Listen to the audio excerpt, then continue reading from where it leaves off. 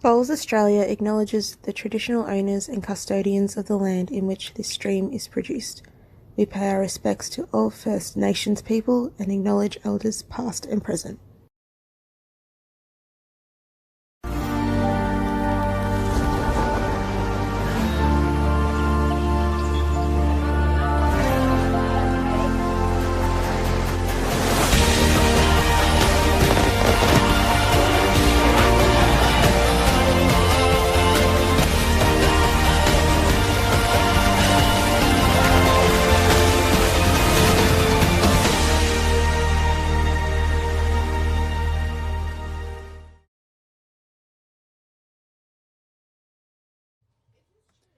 Just a few matches remain in the sectional rounds for the men's triples. It is a very exciting Thursday here at the World Bowls Championships for 2023. We're sitting at Mudgery Looking forward to this one. Our first day of streaming at this wonderful venue for the tournament. Val Febo here with you ahead of the men's triples clash between Australia and Malaysia. And joining me once again, as he has done throughout the entirety of this tournament so far, is the one and only Barry Lester. Baz, how you doing? Yeah, good morning, Val.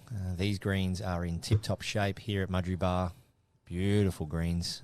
The last sort of 6 to 12 months, they've put in so much work to prepare, and the surrounds are tip-top as well. So the conditions really set up for great play today. And what a rivalry it has been for probably a good 20 years now, Australia and Malaysia. Malaysia's come on leaps and bounds. Lena Ahmed picking up 2002 Commonwealth Games gold medal in the women's singles. And from there, Malaysia really hasn't looked back. So they are definitely a powerhouse country, and Australia will have their work cut out this morning. They sure will. Well, it's first versus second in Section 2 here this morning. It's obviously Carl Healy, Corey Wedlocker and Aaron Sheriff up against Haikal Azami on World Championships debut. Idam Amin Ramlan, who played the Birmingham Commonwealth Games last year, and Hisli Abdul Rais, who won a silver in Glasgow in the men's pairs in 2014. Now, the way that things are standing, Australia 4 wins, 1 loss. A defeat to India to open things up, but a big 65-0 win over Turkey before the bye. 32-7 over Argentina, defeated Zimbabwe 19-15. Then Samoa 39-5 yesterday. Malaysia, second, 4 wins, 1 loss, but Australia's shot difference, plus 120. Malaysia, plus 63. Fiji, they defeated in the opening round, 15-10. Zimbabwe, they lost to, 11-16. Defeating France 25-8, had a bye, and then defeated India 18-11 before their last win yesterday over Turkey 43-4, or Turkey 43-4. So a big win to finish the day yesterday. This is going to be a really interesting contest because there's a lot on the line for both teams, and the winner would almost guarantee their spot in the quarterfinals. That'd make things very difficult as they've got a game in hand on a lot of the other nations who haven't had a bye yet. So the top 4 teams, Baz, all locked on 12 points, just makes this match all the more pivotal for the winner. Yeah, it makes it super exciting. That's right, Val. And I just think you're going to see some really high quality bowls this morning. As I mentioned, the conditions are perfect. Just a little bit of surface moisture on the green. That'll burn off soon as the temperature rises, but we did have a bit of an electrical storm last night pass through. Lit up the skies for hours. And so there's a bit of weather around, but thankfully this morning it's cleared. And you've got Aaron Sheriff just coming off the back of playing his 400th test match for Australia a couple of days ago. And Corey Wedlock, Birmingham Commonwealth Games player last year, along with Carl Healy, so they're well and truly entrenched in this Australian team and know each other's games really well. And we've got some staff on the sidelines here from the Australian team as well, cheering them on and making sure everything's in order for a big performance today. It's sort of like a moving day today. Get it done today and start focusing and shifting your focus towards the finals. Yes, exactly right. And all of the knockout stages, or a lot of them, do start tomorrow. The final proper sectional day is today. And we're going to be getting the horn very, very soon to get us underway in this contest. 18 ends, 2 hours and 15 minutes as it has been throughout the entirety of the sectional rounds so far. But once we move out of that, we're going to go to untimed play, as Carl Healy will be skipping for Australia. Hisli Abdul Rais to skipper for Malaysia. And there goes the horn. It's going to be Corey Wedlock to get us underway here at Mudgery. First time here on Monday, coming to have a look at the area, and Fiona Hall has done a sensational job getting this ready, as has the chairperson, Wendy Morrell. So short length, probably about 24 metres. You'll notice really well-presented bowling greens here at Mudgery Bar. Corey Wedlock on the backhand. So the players playing currently in the east-west direction, bowling now towards the west. We've got a lot of support for Malaysia on the comments here. I think most of the people actually supporting on the comments here are Malaysian. Yeah, very proud and quite a large bowling nation now. They have their Asia Pacific Championships, and it's quite a large event across the Asia countries. And it's great to see many of them here at this event over these next few weeks, as Corey Wedlock nails the backhand right on top there, front touch up. So Corey Wedlock, he's zoned in. You'll see that from Corey. It's one of his strengths. He's a very accomplished singles player as well. The ability to really hone in on the jack. And already you'll start to see Malaysia just have to arrive into this head, make sure they're trying to change things up. And the way the conditions are and how good the greens are, you'll see a high effective rate from both teams. Certainly will. And we know that the Aussies are... You talked to the indoors a few weeks ago for those that weren't tuning in about effective bowls, and we know that the Aussies are going to be sending a lot of those down. They're in the red this morning, all three of the Malaysians using XGs, two of the Aussies using XGs as well. Corey using aerodynamics. Aaron Sheriff just falling short enough to count though, so Aussies holding two currently. It's a tricky little shot for Aaron. It's always a tough one when your teammate's holding a front toucher and you're not trying to spoil the head. But as we see Carl take a few steps back there, so he's just having he is looking at the tee. Yes, Aaron Sheriff's going to try and put one on the tee here. Get one back. Just make sure Malaysia's wary of that and got to be really conscious of their weight control. Notice that one of Carl Healy's preferred strengths is his ability to sort of utilise these short ends or shorter ends. Saw it at the Australian Open in 2022. And, of course, the triples and fours for Australia, Carl and Aaron Sheriff, will be swapping positions. So Carl will go to third in the fours and Aaron Sheriff will skip. As we see there, Malaysian second, just falling a yard short again. So he'll be pretty disappointed with that, really. Just trying to arrive, change the head up. But Carl now, this is nearly, I wouldn't say one of the hardest shots in the book, but Carl Healy's trying to add to the count here, but he can't spoil the way it's set up. It's set up perfect. You've got a bowl right in the heart of the jack. So he's got to draw high, not set up a target, but also try and count. Australia currently holding two shots. Backhand, just out to that chalk line. So that's a nice angle. Just beat that wing bowl there. Be a good start for him. He's done well there.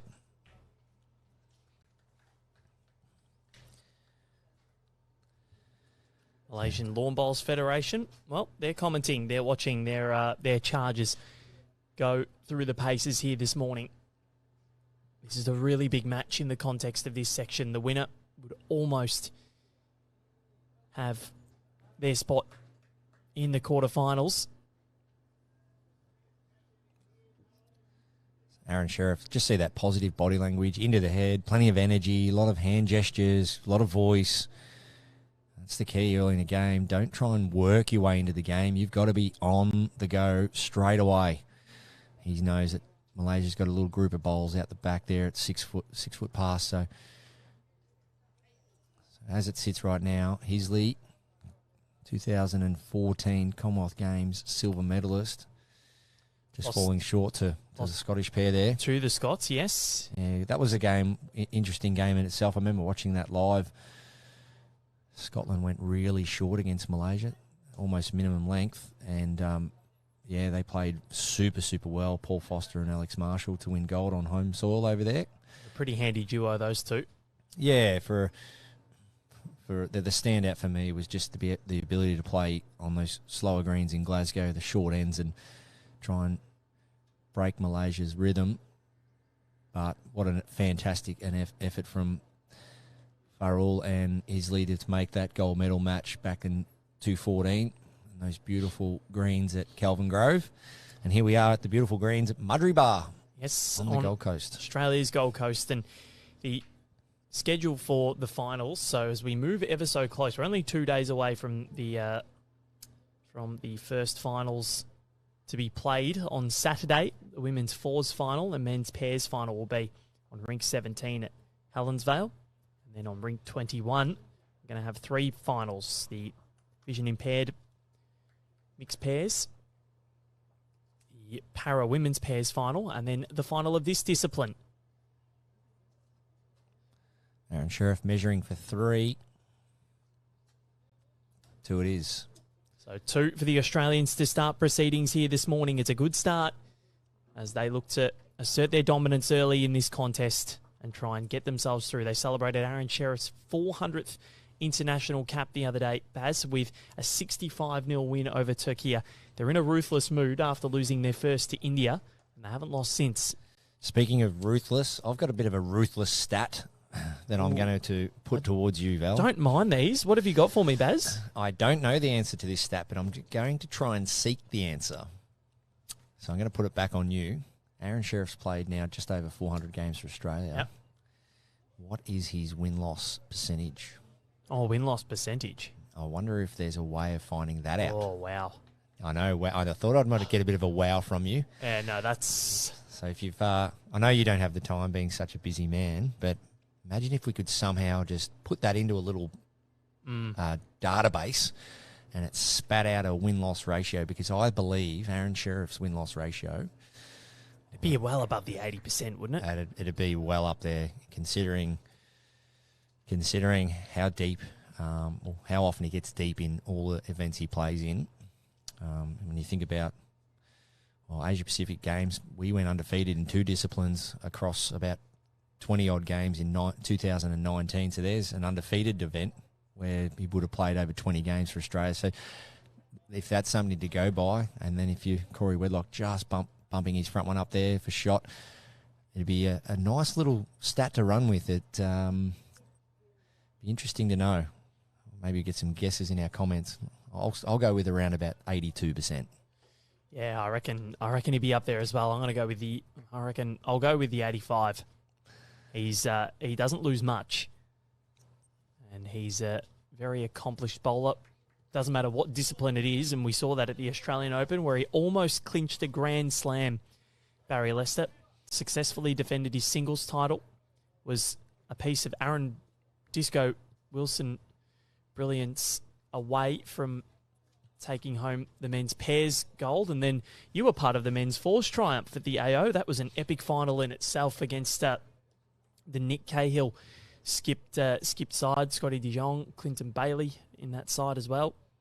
Yeah, I think probably the best Australian Open so far, and it's Brendan only Wilson going from strength to strength, the Australian Open. And as I mentioned the other day, I think some of these players coming out here to play in this World Championship would be going, well, I think we need to try and schedule in to come back next year and play in the Australian Open. They would have got a feel for the landscape, the environment, the beaches, the restaurants, the good weather, and just, if they can somehow, obviously funding's the hardest problem, but if they can somehow fund them their way back here next year, would love to see them back in the Australian Open. And that just goes to show anyone from any part of the world can come over and play. So Aaron Sheriff, forehand it is, ideally turning Corey Wedlock's second nearest up over, or, well, he's opened it up slightly, but I think Australia's still holding one there. But so Malaysia, nice little opportunity here. They've got 3 bowls past the jack over this short distance, and the jack, if it was trailed, would favour Malaysia. It would. So as the seconds and leads move down, it Amin Ramlan's delivery will make its way down the green, and another one for Malaysia in the head. That'd be, I think, almost 2 to Malaysia there. I tend to agree here that Jack High bowl sitting at 3 o'clock for the Australians would be third shot at the moment.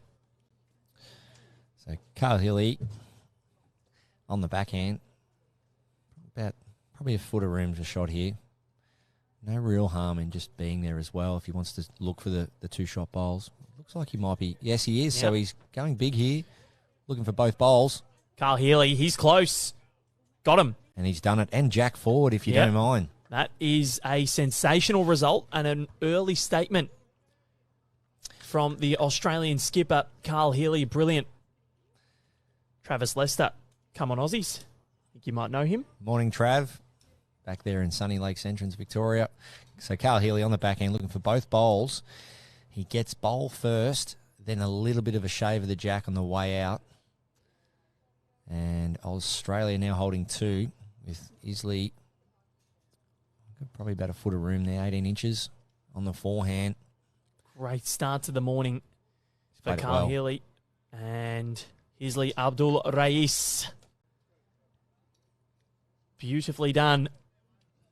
Asking the question of Carl Healy yet again. There is a reason that both of these two teams sit equal on top of the section. Both 4 wins, 1 loss. The game in hand on the rest. They're in prime position to get themselves through, both of them. But a win here would go a long way to deciding their fates as Carl Healy gets a little trail of a jack, but it hasn't gone through with him. So an opportunity for Malaysia to get on the board with a multiple here. Yeah, good intent from Carl. Just to arrive, sit the bowl, trail the jack, just getting the smallest of edges. Unfortunately, he's just created a little bit more room for Isley. I would expect him at this level to draw this. There is a little small adjustment to be made, switching over to the backhand as that front bowl of Australia in the way. So he will switch hands. Rocking the bucket cap. Like it. Yeah, good to see. Sun is blaring already this morning. And that will do, I reckon, for second. So Aaron Sheriff just indicating 1. Oh, okay. There you go. So missed opportunity there. Yep. I really thought he'd gone in for the second there, but apparently not.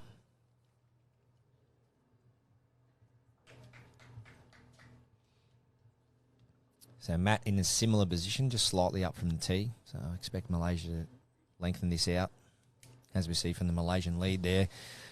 Bit of a unique setup in terms of the pendulum.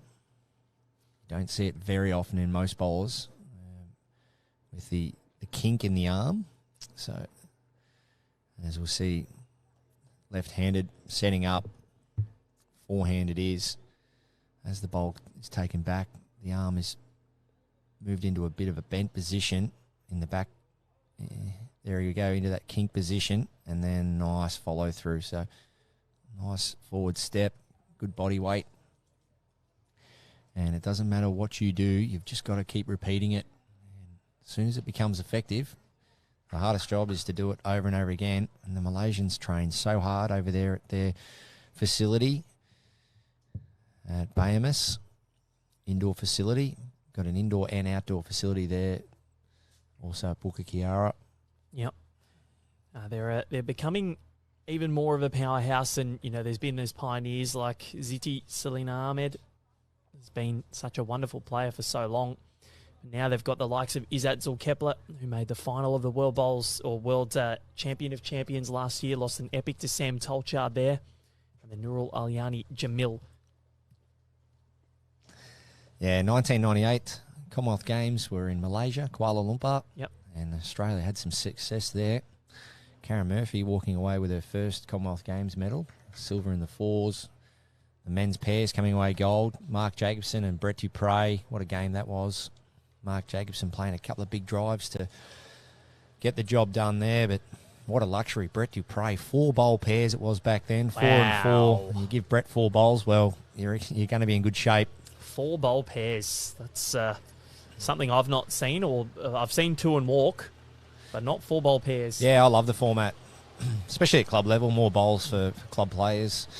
I'm actually not a big fan of 2-2-2-2. I either like 4-4 or 3-3. Yeah, I'm probably more of the same. I definitely don't like 2 bowl pairs. Yeah. It takes a lot longer as well, and it's a lot more strenuous on the legs. But that's a good start here from Haikal Azami, who's gotten the better of Corey Wedlock in the lead battle, as Aaron Sheriff will try and change things up here. But Amin Ramlan is not too far away, so Malaysia have 2 as Aaron Sheriff steps to the mat. No communication, just a point of the finger from Carl Healy. I need you to smack into that head. Needs to hold. He's going. Get the He's split. going to. He's got him. Aaron Sheriff has cleaned things up nicely. It just goes to show about boxing or framing ahead. The Malaysian second there coming down, sitting off the lead bowl and making that a wider target. And that's a 3.5 to 4 bowl target. Aaron Sheriff's not going to miss that very often. And out they go. So the lead work was actually hindered by the second setting up a bigger target, unfortunately. But it's now Aaron's job to get the shot back here. That's what he's going to have to do.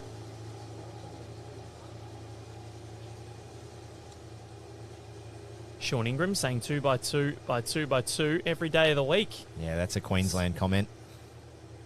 G'day, Nugget. Good morning. And Sean Ingram. Different Sean Ingram. Yeah. Right, sorry. There's also Sean Ingham, who Yes. is Nugget Australian champion. Sean Ingram. Good morning, mate.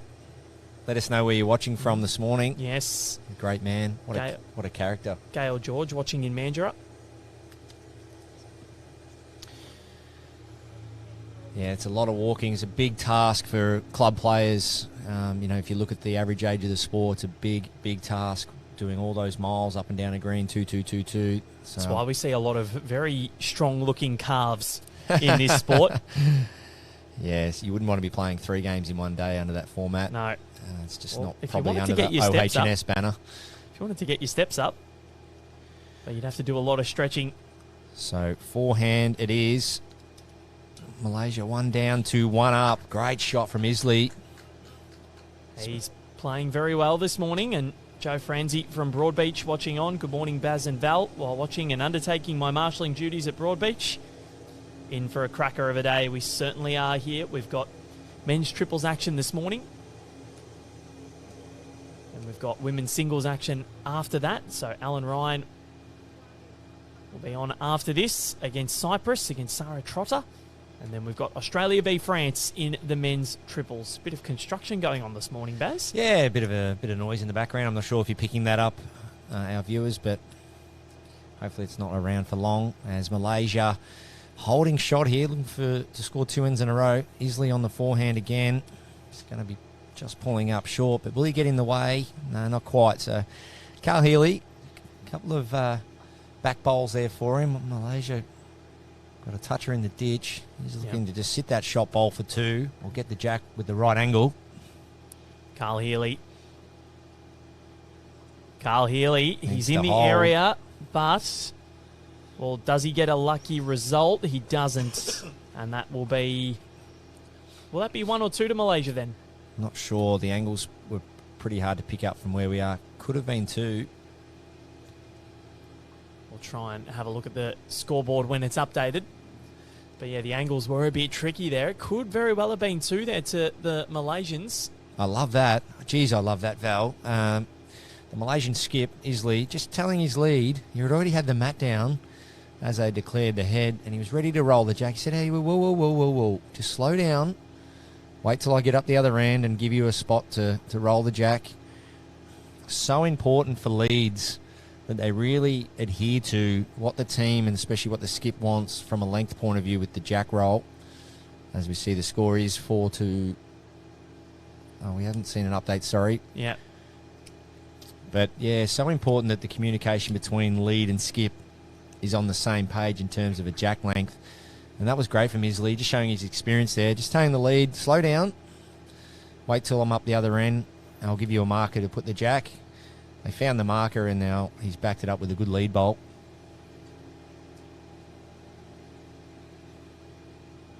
And hello to our viewer watching from Valentine Bowls Club in Newcastle. I was just there 3 or 4 months ago. What a magic place that is. Valentine down there on the water. The shortened version of Valentine is pretty good too. Apparently they have a fantastic Valentine's Day bowls event. You can't blame them. Nope. So Malaysia sitting on 3. Oh, beautiful lead bowling. Frame the head a little bit as we see. Jack High set up. Corey Wedlock won't be far away. Just trying to sit up on the shot bowl or tuck the jack around the corner. Joy Voss asking, love Carl Healy, but how come Omar's not skipping? I think it's just a tactic, just to try something different. Yeah, it keeps Aaron fresh, you know, keeps him fresh, energised, keeps him sharp around the heads, calling shots. It's great, great to see. And, you know, Carl Healy last year, Australian Open skipper, the men's fours gold medal. So Carl Healy's a state-level skipper as well, very accomplished skipper, won lots of major titles. Standing the head has Carl Healy, very versatile player, and as we see there, Aaron Sheriff just releasing the bowl. He's got a nice little head to play to. He's got second shot and a nice catcher for the jack here. Needs to get down. Well, he's so close, Aaron Sheriff. Almost just shaving through. A lot of love for you, Baz. Harry Callahan can listen to Barry talk bowls all day. Awesome commentary. And Joe Franzi as well. Kudos to you, mate. Your tips and insights from inside the world of top flight bowls are invaluable. Thank you and good morning. It's great to hear. I love hearing people from all around Australia and all around the world. It just goes to show how big this sport is. And I feel, especially post-COVID, it's only growing. More people outdoors doing social things. And bowls, where else would you want to be? Down your local bowlo? Yep, especially when they look as good as this here at Mudgery Bar. It's a great place to come and watch. There's plenty happening. We do apologise. We've got a couple of little technical glitches here, but we will work through those. As Aaron Sheriff gives Carl a lot to work with at the back of the rink there. So I just want to give a bit of insight to our viewers. So Malaysia are well funded by their government. They've got a great system over there for their athletes. As you can see, the players, very athletic, do a lot of training in terms of their high performance. They go into week-long camps, Monday to Friday, where they train, work on nutrition, mental toughness, and spend weekends at home or going back to work with family certain times of the year. There's a big program over there in Malaysia, and they've got some great facilities, a couple of indoor complexes.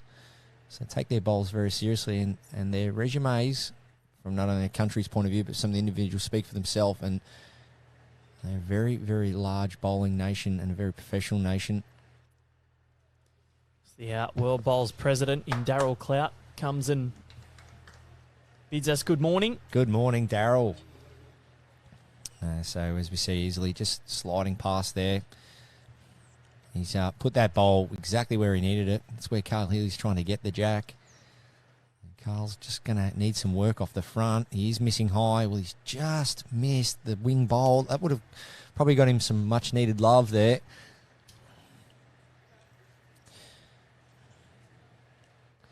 So as you can see, a lot of movement behind the head, a lot of discussion, a lot of body language, and a lot of animation from the players. They're just trying to make sure that they're there for their skipper. So you can stand around and sort of just be boisterous, but body language is a big one as well. And great to see that from the Malaysians, making sure they let their skip know where they really need a bowl. Brad Marin asking if that 65-0 win against Turkey is the biggest recorded at the World Bowls Championships. Look, I'm not too sure. Have to go back and dig into the archives to see, but it would certainly be up there. There wouldn't be many more that are bigger. And Aaron Sheriff, we do apologise. No, he's going to move out of the centre line now. It's averaging about 3.6 per end. You've just calculated there, Baz. Yeah, I had a good look the other night. Carl's gone big. Needs jack. Underneath. just missing. So this looks like it's going to be another one to Malaysia. They extend the lead to 4-2 now. So a good start for the Malaysians. And I think it's been set up really well by their opening two. And then Hisli Abdul Rais, the silver medalist at the Commonwealth Games from 9 years ago, has settled in very nicely as the skipper.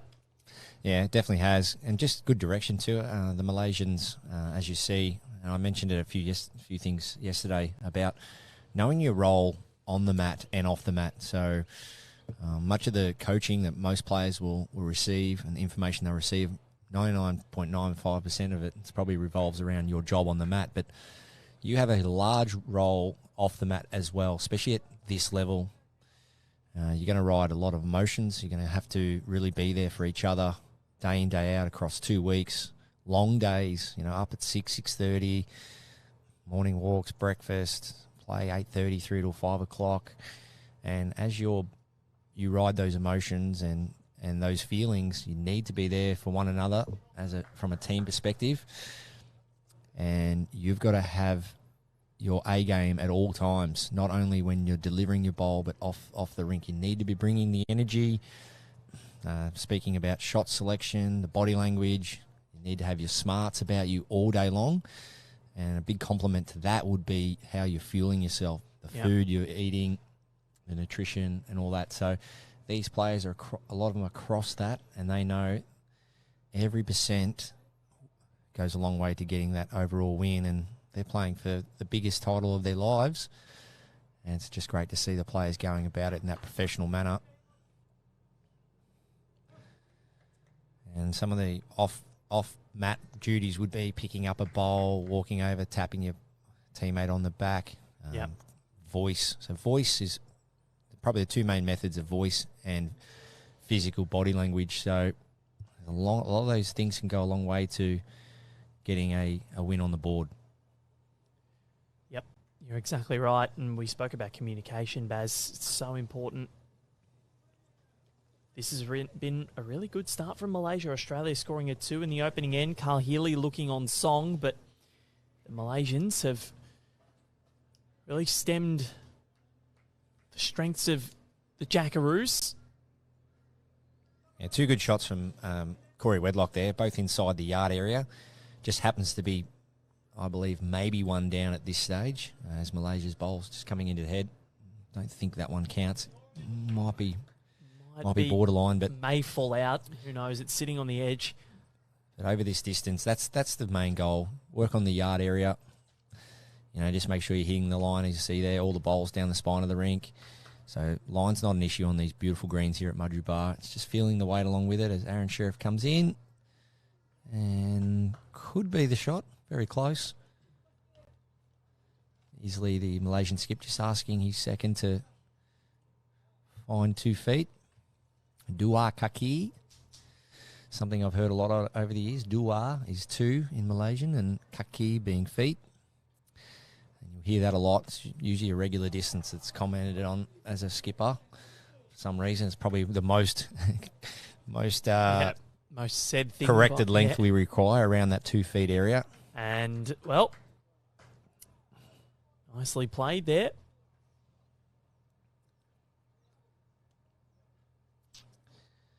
So Aaron Sheriff jogging after this.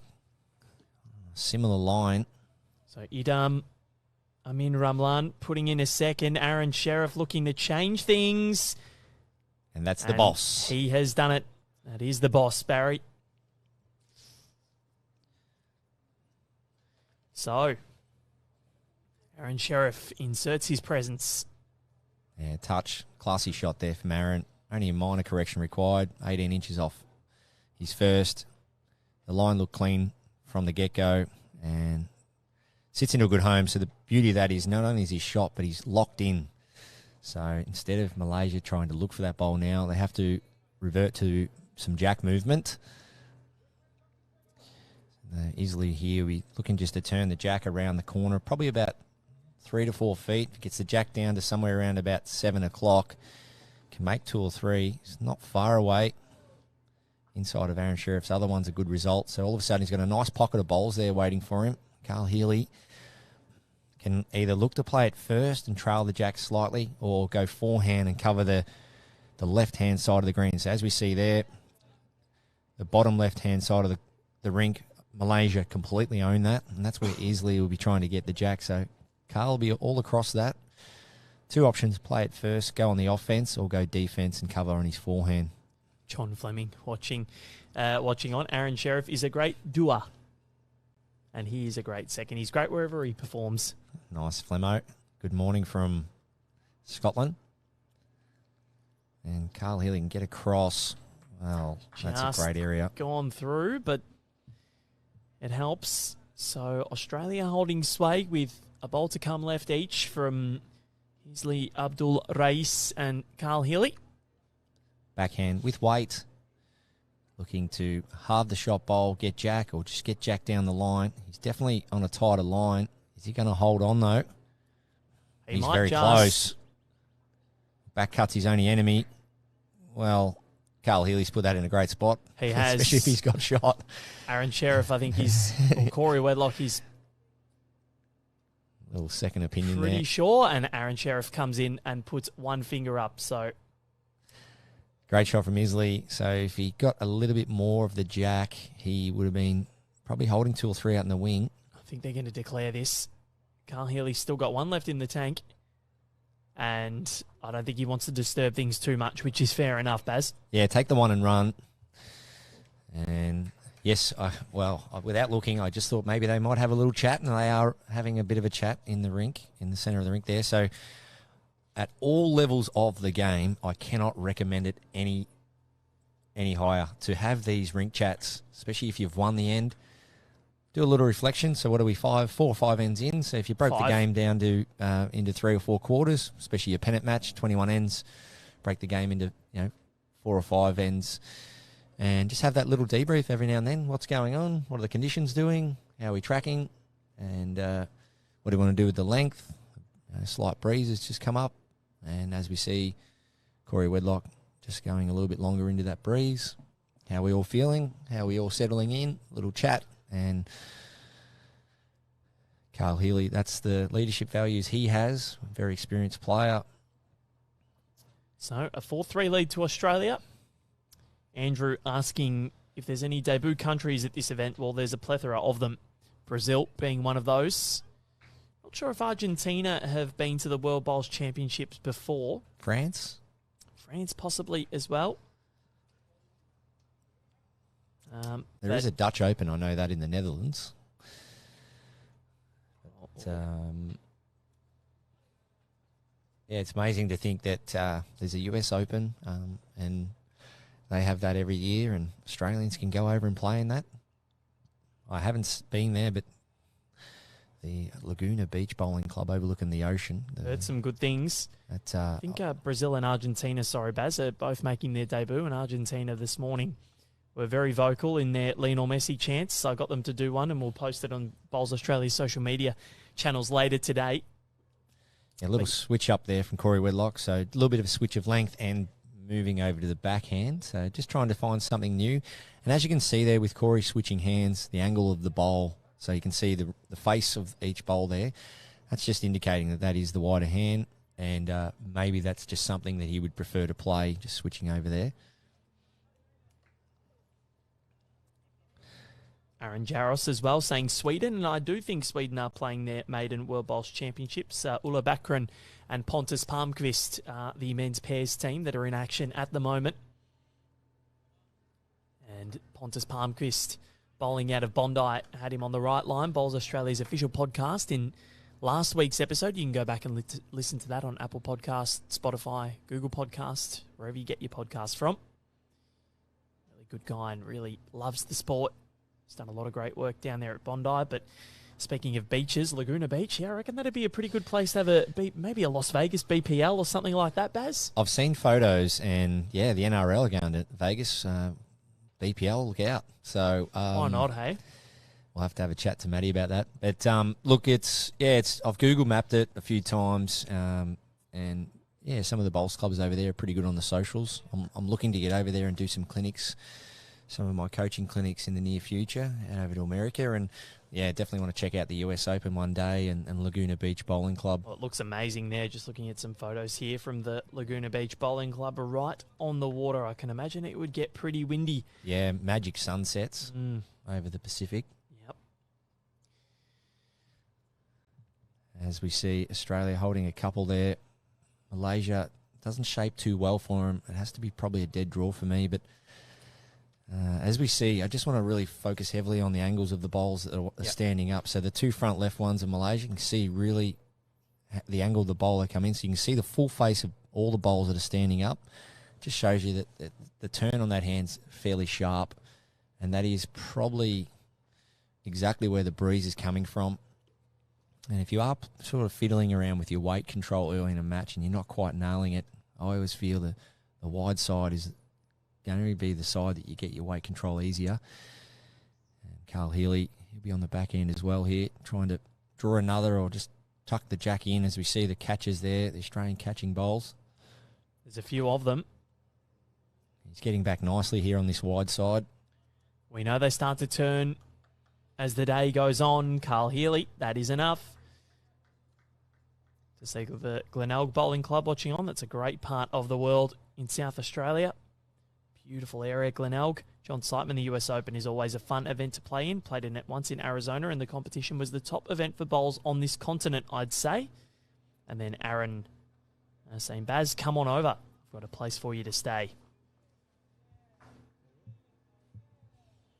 Yeah, the great Zhang. Of course, mate.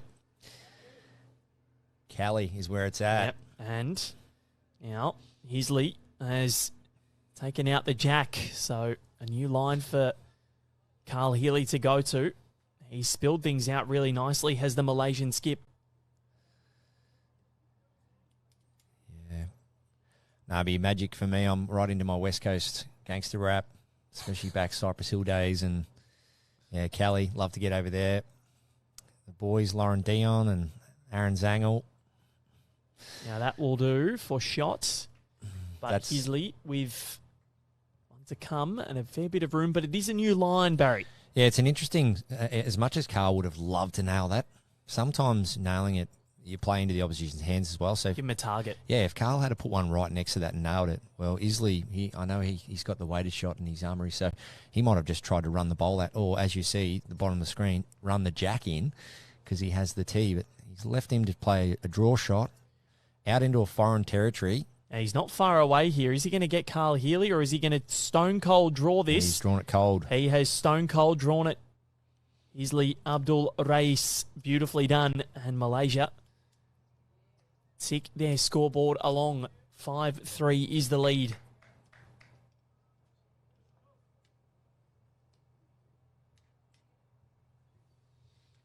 Yeah, I just want to really thank the greenkeepers here. I spoke to the greenkeeper just slightly earlier, and he's always post-work sitting around watching and admiring not only the play but his own work, and so he should. His name escapes me for now, but to the greenkeeper here at Mudgee Bar Bowling Club, there's a difference between going to work for going to work's sake and loving your job, and he absolutely is obsessed and loves his job. And as you see on the live stream pictures here, not a thing out of place, and spends so many hard-earned hours down here at the club, and they are just a picture of perfect, even just the paint lines, the way they've been presented. It's just as good as it gets, ladies and gentlemen. Consistent tinge of green throughout the entirety of it. It's absolutely brilliant here, and a credit to everybody at Mudgee Bar. And Fiona Hall as well. Roscoe is his name, from Serena Bonnell. Great to have your company, Serena. That's it, Roscoe. Middle of your tournament, watching your teammates. What a star you are. Yeah, he's just sitting over there. Green side is Roscoe, and he, pretty much any time you come to the club, he's here putting in the hours. Nicely done. And his staff and his volunteers. Nicely done there from Corey Wedlock to edge in Haikal Azami. Yeah, nice reply, especially with your first bowl. Val Andrew watching on. And Howard Andrew as well. Good morning to you from Munta. on the Copper Coast in South Australia. Moonta Bowls Club was the host of Australia versus South Africa in a roughly about 2000 and... Was it 12? I'm going to go 2009. And Wallaroo up the road, double indoor bowling centre as Corey Wedlock shaves the jack for one, maybe two. I reckon there could be a second there, Baz. Good double from Corey, yeah. So the Copper Coast in South Australia, they've got the Moonta held the Australia v South Africa series where I remember Aaron Sheriff played in that one. Sean Baker debuted for Australia in that one. Yep.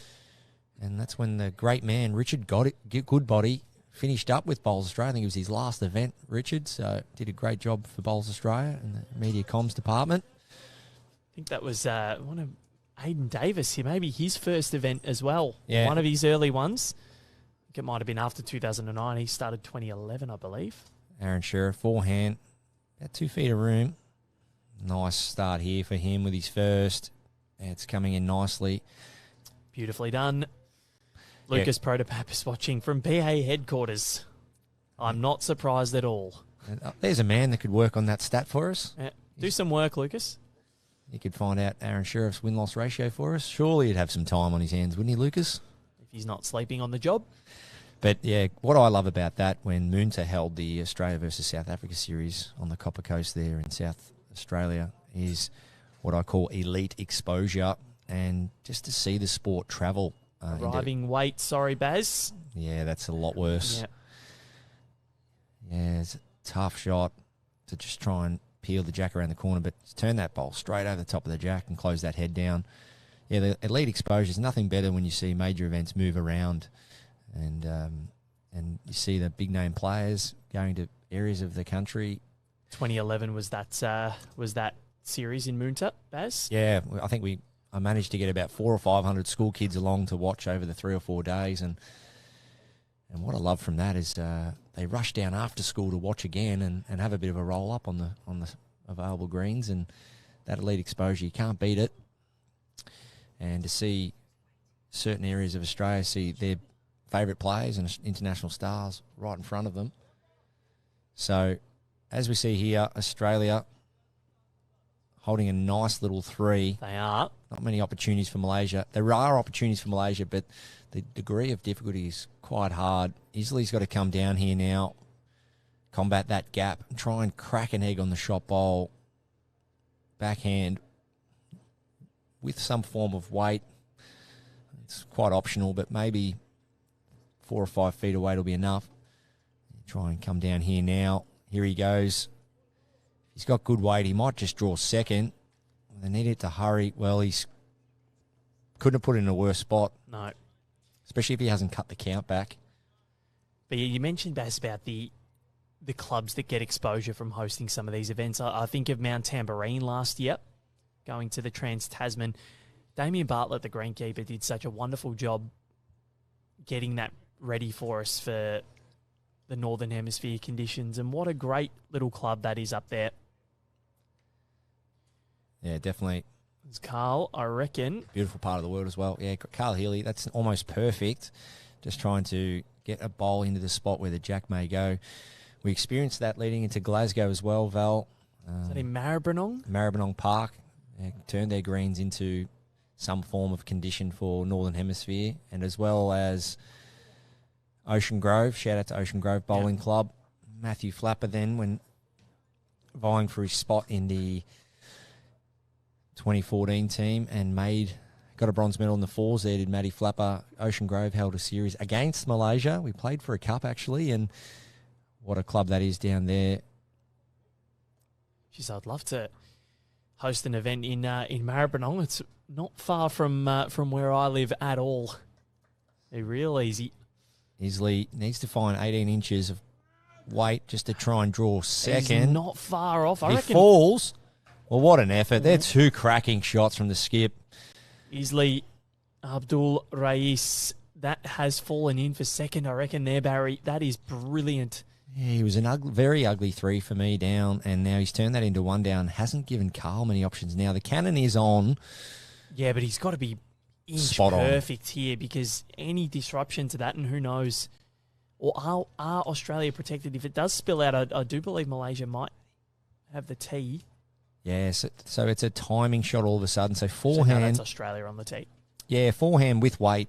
Probably maybe 15 to 20 feet of weight. So Carl will be just trying to time this nicely around the front one. If you can get a good chunk of the second nearest bowl of Australia, he might dislodge that Malaysian second shot bowl and make a 3 or 4. And I tell you what, if he plays it, they will get right around him here. This is one of his specialties, is Carl Healy. So forehand, 10 feet of weight. He's trying hard here, Carl Healy. That's a good sider. Only a bowl and a half high. 1 to Australia. Yep, which is what they need. It's close. After 7 ends here as we edge towards the halfway point of this match. Malaysia leading at 5-4. Just one multiple scored for each team. A 2 to Australia in the opening end and a 2 to Malaysia on end number 3. Other than that, we've had 5 singles scored.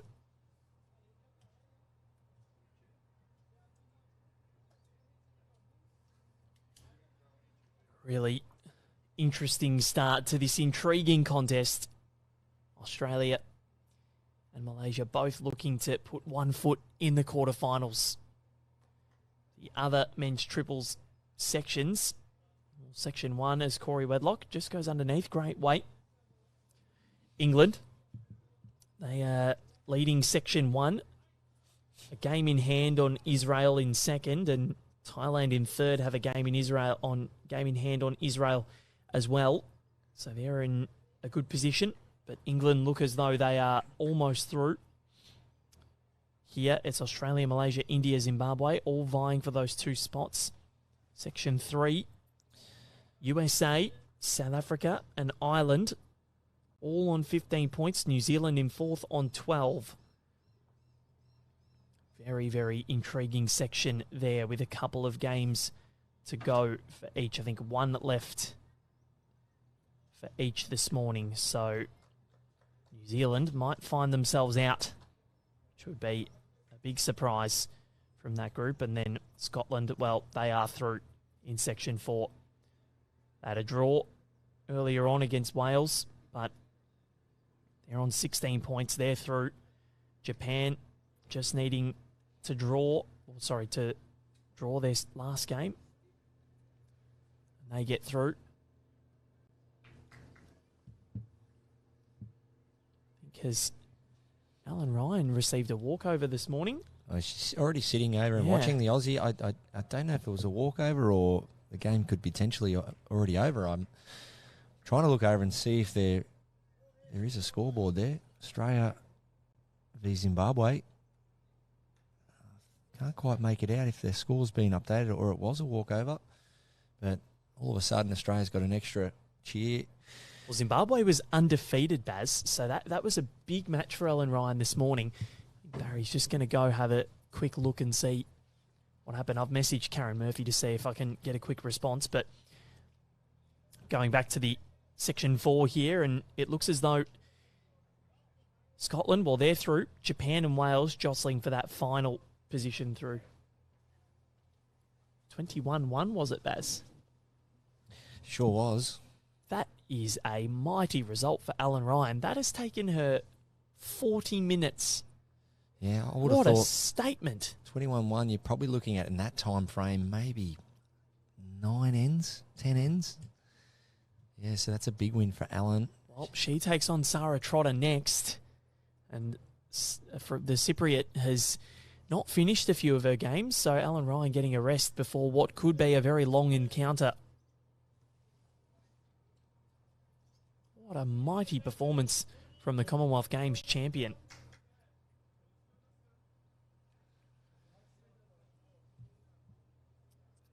So Aaron Sheriff, big weight here. He wants jack movement. They've got the tee. Or, well, he's cleared a couple out. Probably managed to get shot there. Depending if that bowl of Malaysia, well, I probably think it is Australia, but still a lot of room for the Malaysians. So we're now on end 8 here. Australia. Trav Nutia saying that Zimbabwe would benefit from an Aussie win here. They certainly would. They are looming in third position in this group. Yeah, things do move around from all the results. It's amazing how teams can jump in these pools from other results. So Malaysia. Carl Healy just studying things there, looking at jack movement. What's the count on the tee? Having a good study before he walks away. Looking at all the options. Jack movement's probably his best option. Forehand, open draw, happens to touch it, say 6-8 inches down the line, can make a good 3.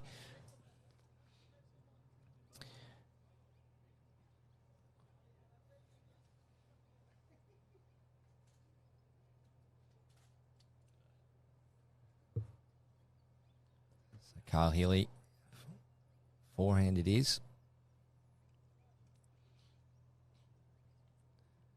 Jack length around about 33 metres, so one of the longer ends.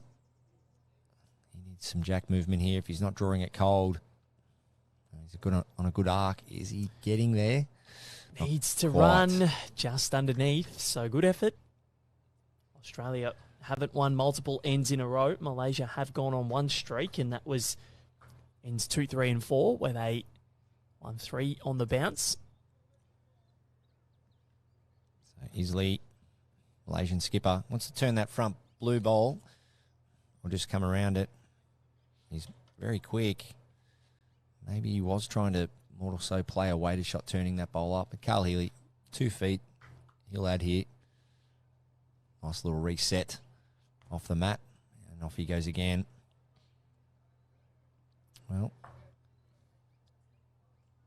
bit happening next door. Just the opposition next door, the Fijian team, just playing a bit of weight. So just resetting. Carl Healy, big opportunity here for Australia to try and assert some dominance on this contest.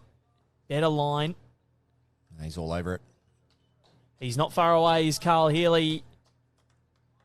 You called it beautifully, Baz. He was all over it. And a big high five for Aaron Sheriff. He is very pleased with his own work, or Corey Wedlock, sorry. He's very pleased with his own work, Carl Healy, and he should be. Yeah, I was interested to know who actually had shot, and I'm not sure now if that jack movement has brought that front Malaysia bowl in for second. So Australia have at least 2 out of the 3 now. So weight critical for Isley. Doesn't want to go too quick here. Flick the front blue bowl out. Potentially go 2 down if he isn't already. So if that front blue bowl goes out, then they're in real strife. You'd be looking for just 2 to 3 feet of weight here. Just look to sit the shot bowl. Open both hands, forehand or backhand. I like backhand under his front, but he is going forehand looking to follow Carl down. Let's see what he can do here. The Malaysians are riding this. Not far away. They don't mind it. I think they're going to miss high. They will.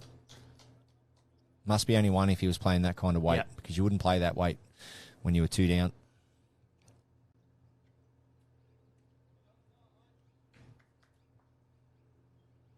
So, with 1 end to go, before the halfway point of this match, we sit at 5 apiece.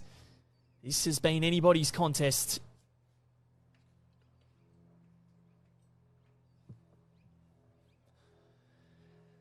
Jack length. Yes, long again. Around 33, 34 metres. As you can see, there's a lot of distance between Matt and Jack. Corey Wedlock. The Bear, as he's famously known as. First World Bowls Championship for Corey, coming off a Commonwealth Games last year. Having exposure at the top level at both events. Something that very few get to do. Yeah, one of the nicest guys you'll meet in bowls. Absolutely loves a good laugh and a banter, does Corey. And loves his bowls.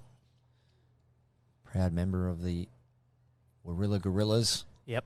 There's a lot of high-profile members down there. Corey, Teasy, Gary Kelly, Jeremy Henry.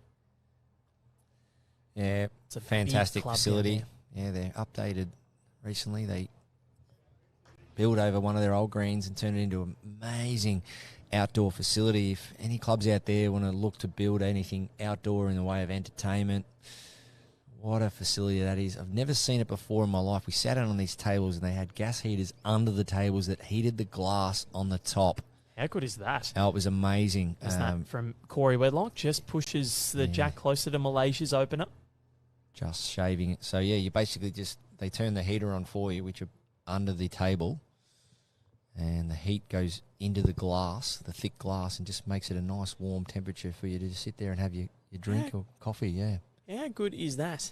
Yeah, so the facilities we see... went there earlier this year, but we didn't get a chance to experience any of that. But yeah, next year, I think, or actually when the World Bowls indoors is back. Yeah, they've got the outdoor heat, pizza ovens and large big screen TVs and great community facility there down at Warilla Recreation Club. Aaron Sheriff, forehand. He's looking just to get something close here. Start with, 18 inches, 2 feet. Try and cut it back to 1. Or draw the shot himself. Needs to hang on. Oh, he's come close. Yeah, definitely close. Malaysia now. Australia have a pretty healthy head around, but if that jack can get tucked away here, there's a possibility that Malaysia can get a third, and it's up to Idam Amin Ramlan to do that.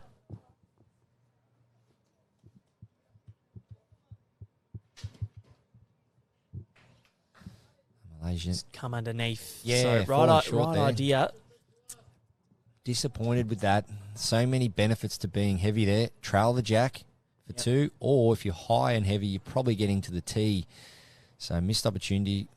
And sometimes it's not how many good bowls you play. It's trying to nullify the ineffective bowl. So that front bowl of Malaysia, it's well and truly out of this game as Aaron Sheriff. He was in the area. That'll do, I reckon. High five suggests that it'll do. Yeah, big correction required here. It's not all about getting shot here. It's putting a bowl into a good area. As you can see, the way the head's shaped, Australia have 4 together. So 2 at the front, 2 at the back. They have 4 together. Any jack moving into the middle there, they could potentially pick up a number. So if Malaysia don't get the shot, they've got to finish in a good area here. Don't want to kick it onto the jack. I think they have. And might be only 1 shot now, though. Yep. Carl Healy, nice high five, good body language, storming up the green. Yep. It just proves and shows he's up for the challenge here. Yep. And he's he loves his bowls. He's a great person to have around the team, great for team morale. Got to know him a lot during the Com Games last year. He's a genuinely great fella who loves a laugh, Carl Healy. Yeah, in my coaching sessions, Val, there's a question I always ask. If you're not playing good, what else are you good at while you're playing the game of bowls? And if you ask Carl Healy that, he would say, well, I'm going to be probably the loudest on the green. I'm going to probably show the most body language in a positive manner. I'm going to be giving the most encouragement because there's guarantee one thing, it all happens to us in the sport of bowls. You're going to have a bad game or a bad day. But what other goods do you bring to the table? And Carl, when he plays for New South Wales, he's the loudest, yelling out, "Go Blues." And you'll also hear him across the next few weeks yell out, "Go Jackaroos." Yep.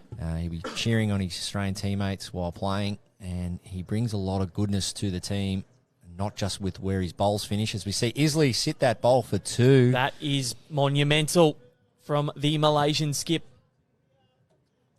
Asking the question. Yeah, very well-rounded player is Carl Healy. So he's now 2 down. Jack's his best option here in the ditch. Or bowl and jack would be real good too because he'll win the tee. Carl Healy, he's under. He's under, but What's he's in happen? the area. A lot of... he's got the result. Well, not sure he was going for that, but you just got to be up, Baz. You got to be in the area, and he was. It was a big target to draw to or to hit. Yeah, so just a couple of bowls off target he was, Carl, and as you see, so he gets red through blue, clean, no jack. Yeah. Malaysia probably, even though they were stiff to lose shot there, probably lucky the jack didn't move because if the jack did kill, you can see they're 3 down on the tee. But Isley, can you repeat the dose? Well, he's just got to replicate his last, and that'll be enough. And it's all about mindset here. The result, just put it behind you, go back into your routine. Okay, it didn't get work against for you, that result, but just reset, go again. Try and draw the shot for your country. He's trying hard here. Isley, he's close. Doesn't want Jack that's move. magic. Oh, no, he does. Two he does shots, want Jack Malaysia. movement. I thought he might have been skewing it towards the Aussies, but that is brilliant. 2 magical bowls from Isley Abdul Rais, and they score their second multiple to the Malaysians. So there's a couple of ways of looking at that. You might say Malaysia a little bit fortunate to trail the Jack there. He was trying to draw the shot and he was heavy, but that's the way the sport works. It has its way of evening out. Carl was off target, got a maximum result, and the Malaysian skip was, as you said, Val, in the area, a little bit heavy, but got a result also. So that's just how the game can work. Ideally, you do like to see it even its way out, but there's nothing worse than having a day where your opposition's getting 4 and 5 results to your 0. But that's the game we love and play, and you've got to just run with it.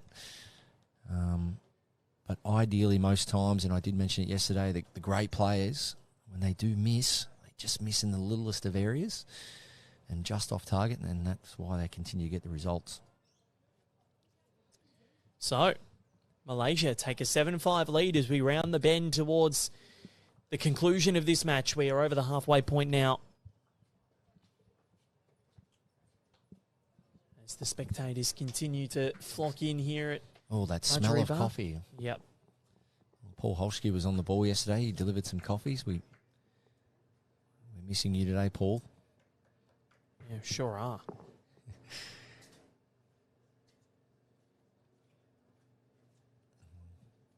Corey Wedlock on the backhand. Jack length, about 29 metres. Looking to really force some pressure onto the Malaysians with his first delivery. Doesn't get much better than that. Nice shot, Corey Wedlock. 10 inches short. A lot of fans coming through for Isley this morning. They are enjoying his work. Malaysian lead here. We see nice bend of the torso, bend in the knees, nice large back swing and big step. And you need that in Malaysia. Slow greens. But as I mentioned earlier, their facilities having to play on some carpet and some indoor. They get to sort of train on multiple surfaces. And shout out to Malaysia too. Philippines. I just come across the Crusaders Bowls Club in the Philippines.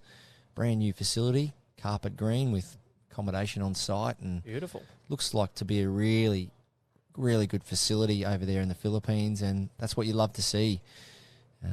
Countries outside of Australia updating facilities or building brand new ones. It just goes to show bowls is popular all around the world. So well done to the Crusaders Bowls Club in the Philippines. You can check out their Facebook. And that's what we need to do. Just share the news, share the word about the sport, what bowls clubs are doing, what players are doing, and that's how we grow.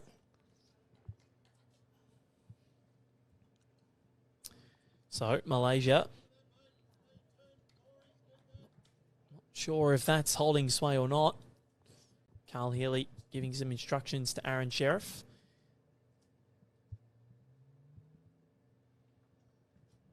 Took a year off from the Australian setup just to rediscover his passion and love for the game, and spent a lot of time with his family, changed clubs, moved to Broadbeach, won absolutely everything there was to win in that time. 2 Australian championships, an Australian Open singles, and this year an Australian Open fours, the indoors, the Golden Nugget, Bowler of the Year, Male Bowler of the Year for 2022. And that's not far away, the awards night, Bowls Australia Awards. It is very, very close. Always a good night. Yep.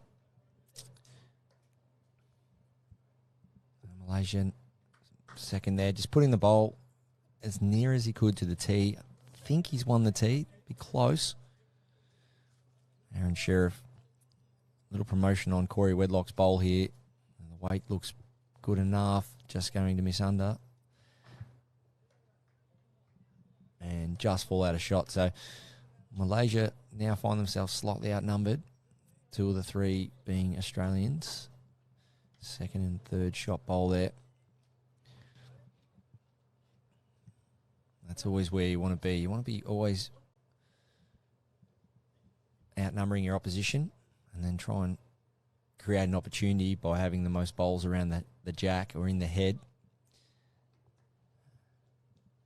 So easily forehand will be just trying to draw off that last bowl of Aaron Sheriff's. It's a big end to win for the Aussies. If they can try and wrestle something back. He's pulled this really tight. And just this one's going to dart away. Watch this as it comes towards the head. Yeah, that was just all technique. Just sort of fell away on that delivery. Every now and then you have that one that just doesn't come out right. And as I mentioned, Isley and the rest of the Malaysian squad spent a lot of time in their training. So just a little technical error for the Malaysian skip. Weight wasn't too bad, just missing under. So what's the go for Carl Healy now? There's 3 in the area for the Aussies. But that back blue bowl. Yeah, I think it's backhand. Sit it. I think Get rid of it. Yeah, I think it's backhand with weight. It looks like it's going to be big weight though, so it is. Carl Healy, he's gone big and he's missed. So I think the call was backhand. Corey Wedlock's bowl there at 1 o'clock, straight through the shot bowl. For 2. Or he may have been looking at the bowl here, the widest bowl of the Malaysians, the inside of that for both blue to make 2 or 3. And I've got a sense, I'm obviously not out there, but I can only judge what I can see from here. I've got a sense, knowing Carl's great conversion game, that's what he was going for. As Isley tries to draw another one, He's done it. Well, that'll make his mind up now. They need the jack out of there, Australia. Then they don't have the tee, though. This is the problem, but... Yeah, so that's okay, Val. So Carl's job now is to reduce the damage. So 2 down to 1 down's a good result. That's true. So if he just gets the jack out in there and happens to drop 1 on the tee, that's not all bad. But there is a chance too, especially with these 5.2 metre width rinks, World Bowl standard rinks, remembering some clubs at the moment may play minimum. So minimum width. The width of these rinks here are world standard, so they're much wider and creates a larger chance of the jack staying in. So any movement of jack here, as you can see, the paint out the wings there are right off the centre line. Stepped it out yesterday, just over 5 metres wide. It's Carl Healy on the forehand, looking for some form of jack movement. He's not far away here, Carl Healy. He's got the Australian bowl, and, well, you said from 2 down to 1 down, not a bad result, and that's what Carl has achieved there. So, Isley really starting to insert himself as the danger man for the Australians, because his conversions and his ability to adapt and change things up, he is playing a blinder. Isley Abdul Rais, silver medalist in Glasgow 9 years ago. No shame in going down to Alex Marshall and Paul Foster, that's for sure.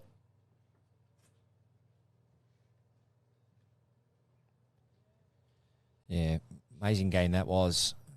Not only Malaysia played unbelievable to make the final, but they were solid in the final also. And the score didn't sort of reflect that, but yeah, that particular game, Scotland were just too strong in front of their home crowd on the greens there in Glasgow.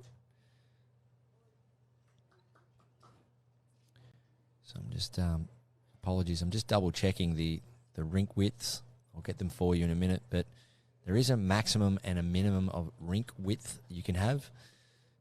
But these rinks need to be at World Bowls. So Malaysia went through that draw, defeated Wales in that quarterfinal.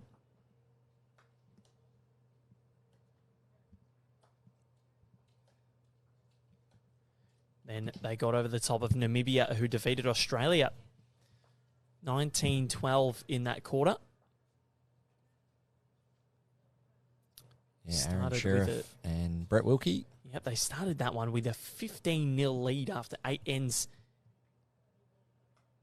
The Namibians didn't get a medal in the end, and then it was 20-3 in favour of Scotland in the final after they got over the top of England 16-15 in that semi. Right here, though, at Marjorie Bar, it's an 8-5 lead to Malaysia. So I've got it here, Val. It's 4.3 is the minimum, 5.8 is the maximum. And that's a huge difference. 1.5 metres difference. And that can shape the way you play the game too if you're playing on a minimum narrow rink versus a wide maximum rink. So it's one part of the preparation and training the Aussies would have been right across. And it's not always an easy thing to do because if you're trying to turn your green into a 7 or 8 rinker, you've sometimes got to play at a minimum width. So that means, obviously, if the rink is narrow or at a minimum, it means the jack's got a larger or higher chance of going out of bounds when weight's played versus a wide rink. And they are wide, all right. You do see the difference. So that one there, the boss from Idam. Time for Aaron Sheriff to step up and put his bowl down.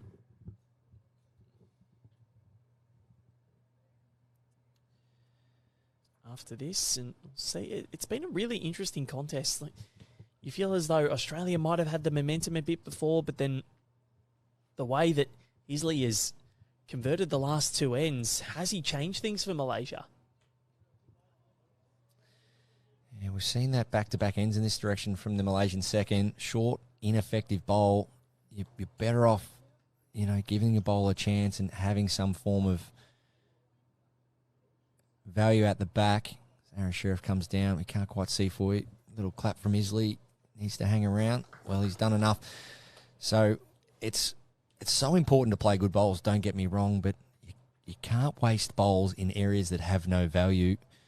And so, unfortunately, that front bowl at 1 o'clock there is well and truly out of the game versus potentially being 10 foot behind and winning the spot. So this, especially this format, so much value in reaching and even winning the tee, especially when the jack's right up the green, as we see here. So Isley finds himself one down.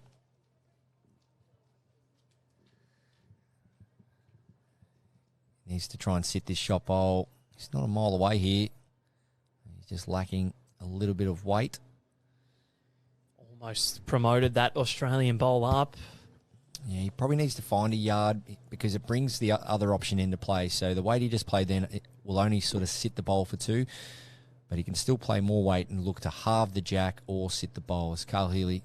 He's not far away here, Baz. Just needs to clear. Yeah, nice slide. Yep, and good slide. First in, best dressed, as they say. So Isley had his chance, didn't quite grab it, and Carl did. Now, if he doesn't grab it here, Isley, there's real danger that Australia can pull back a 3. Yeah, it's a nice head for Australia. Isley's got a tough shot on here. It's just over the draw, forehand. Needs to find probably 18 inches of grass.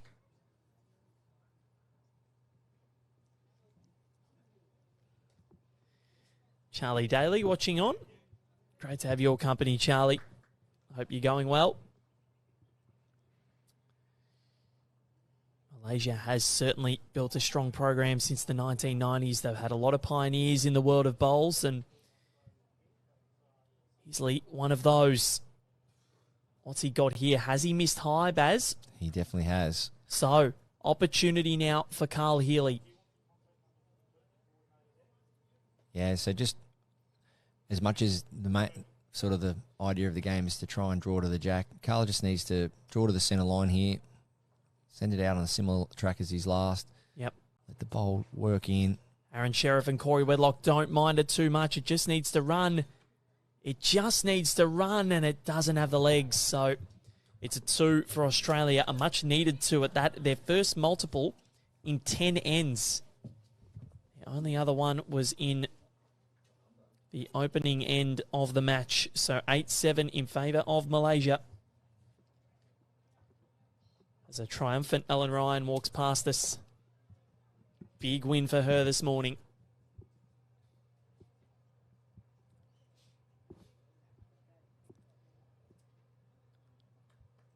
So, All of a sudden, Malaysia looked like they had the momentum. Carl Healy has gone short.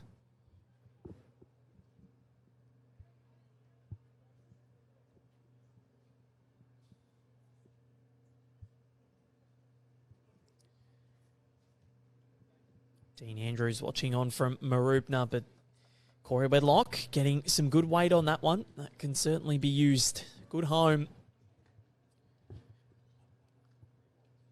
Been playing a bit of cat and mouse, these two nations, this morning.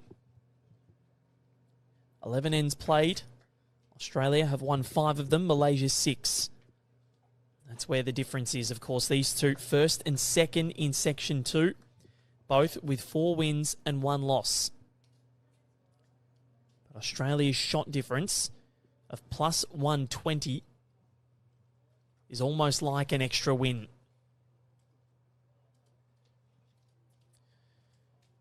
India sit 3rd, Zimbabwe sit 4th.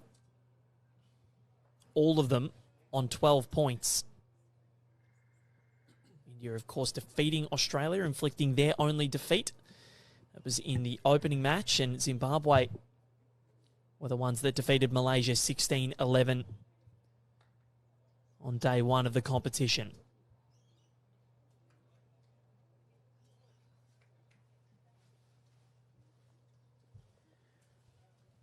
As we swap the leads over, Corey Wedlock has put one right on there.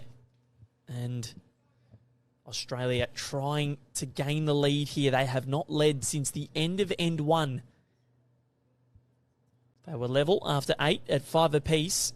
It's the closest they've been. Great bowls from Corey Wedlock. Now Aaron Sheriff, it's his time. What can Idam Amin Ramlan conjure up? So Australia reverting back to the short length, and it's working so far. Just went through a run of ends around that sort of 32, 33 metre mark. Didn't quite, as we see, big weight from Malaysia. Close here, just missing. He's taken their own out. Unfortunately, Barraby can't change the positions of the words. What you can do is click the 3 little dots wherever they may be on your screen, depending on the device that you're watching on. You can remove the subtitles.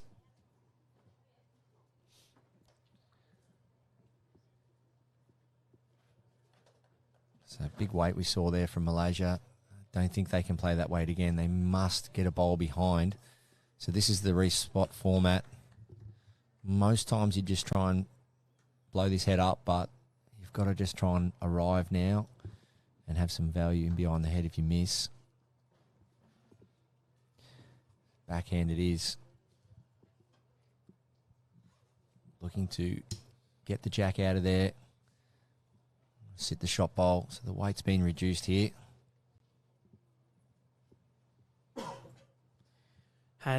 And it will go behind. Well, that's actually worked out all right. It's hidden that nearest bowl. So that'll be now Isley's weight. That'll be his goal now to try and kick the back jack there. So let's have a look at what the Aussies do. Does Carl now go back and does he match one? Well, as it sits at the moment, the best thing Australia's got for them at the moment is that huge gap between Jack and the bowl at 9 o'clock. Carl's priority there is to not fill that gap. But the way the head's set up, he's got to also cover the 2 blue bowls where if the Jack goes there, he's 2 down. So that's what he's done pretty well. That's where Carl Healy goes. Is it going to get there? It's a nice home. Yep. So that will cover. This comes back to personal preference now. If you're in touch and you're feeling it, you know, you back yourself just to draw and play a nice little draw shot here. This is where Heasley is going. And he's been in form. We'll see that bowl come into picture very, very soon. Let's see where it ends up. It goes around the back. So Heasley with 1 more left in the tank. So Carl Healy could play backhand and trail the jack for 3 or 4, but then he might make the shot easier for Malaysia. So what he's doing is taking his medicine here. Pretty much 9 times out of 10, you'd try and trail that jack for a number, but they're very happy the way the head's set up. and they've believed that it's a high degree of difficulty for Malaysia, so they're going to leave that how it is and just cover any potential danger. More than fair enough, and Hisley is going for the draw. The Malaysians do like it, but is it going to get there? No, it's just going to miss high, and Australia get back on level pegging. They were 3 down, and on a couple of, well, just the one occasion they've been 3 down, but it is 8 apiece after 12, so 2/3 of the way through this, Baz, and we are level yet again. But the momentum with the Aussies at the moment. Yeah, so basically layman's terms there is, do you want a very difficult 2 for your opposition, or do you want to score 1 more and give them an easy shot to play? And that's the decisions you've got to make. Australia decided to keep it as a very hard shot for Malaysia and run with the 2. As we see Corey Wedlock lose his first jack for the game, just trying to get that real minimum length. There is a big difference between minimum and a couple of metres on, in terms of just the way it looks cosmetically, and just searching for that short length, just not quite making it. And Malaysia bring the mat up, and I suspect they'll put it back somewhere around the tee. When they got on that little run of ends earlier, they were playing that longer length. So, Malaysia get the mat. How important could that be? Mark Jones watching in Bali. Barry Lester's just been there. It's now renamed Blessed Town. Yes, my first experience there, and treated so well. It's great to finally get over there. Corey Wedlock, he was there just before me.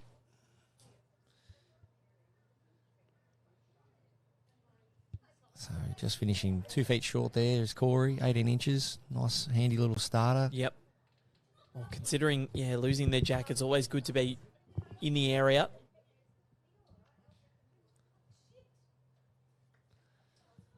So Australia holding 1.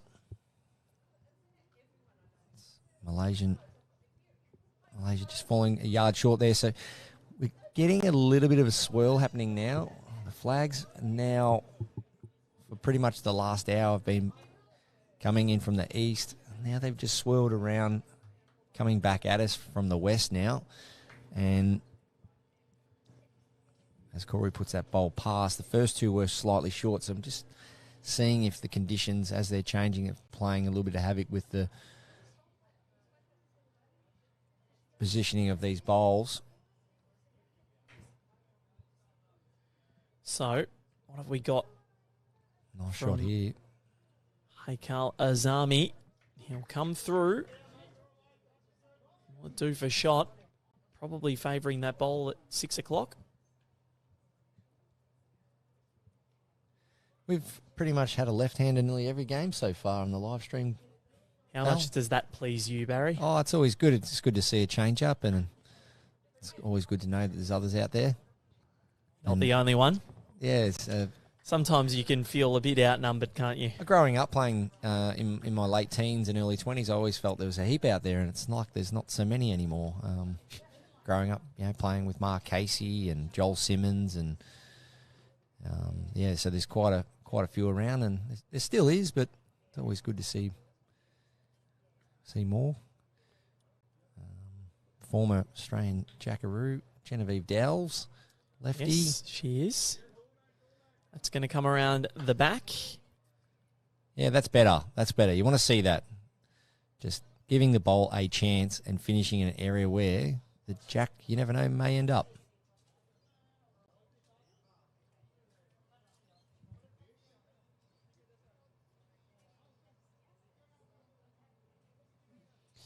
Aaron Sheriff, nice home there. Just out of the count. Probably just 18 inches out of the count, but on a really good track. Just it's hard to see from where we are, but it looks to me like Malaysia's still holding one. It's coming in on a good angle as well, this one. If it's got the right weight, good count here. Just falling short, but that gets in Carl's eye. So as we see here, that tunnel on the right-hand side of the rink, The Malaysian bowl might be worth a couple of shots. Carl Healy might look to Yep. come down 6 feet away, sit that shot bowl. I think that's really the only option with both angles to the jack covered. And being the opposition, you don't want to flirt with them. So I think we'll see a bit more direct here from Carl. Forehand, potentially ditch weight. I think he's got to play weight that if he gets the front red bowl of Corey Wedlock's, it'll go onto the jack and stay around. So he's trying hard here, Carl Healy. Needs a clear run to it. Well, he's feathered. Well, that was plan B. I did mention if he plays the right weight, that front bowl will go up. And it did. So currently 2 to the Aussies. Yeah, that's a great shot from a weight control perspective, Carl. Looking to sit that shot bowl out for 3. But his great weight control created another option, and that was just to turn that front one down a couple of rolls and stay around for a counter.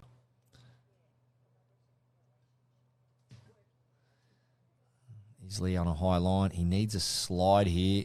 He's got one, but too thick. Yep, so he's going to come down to the head and inspect, which is a good move. Next session, Alan Ryan and Sarah Trotter.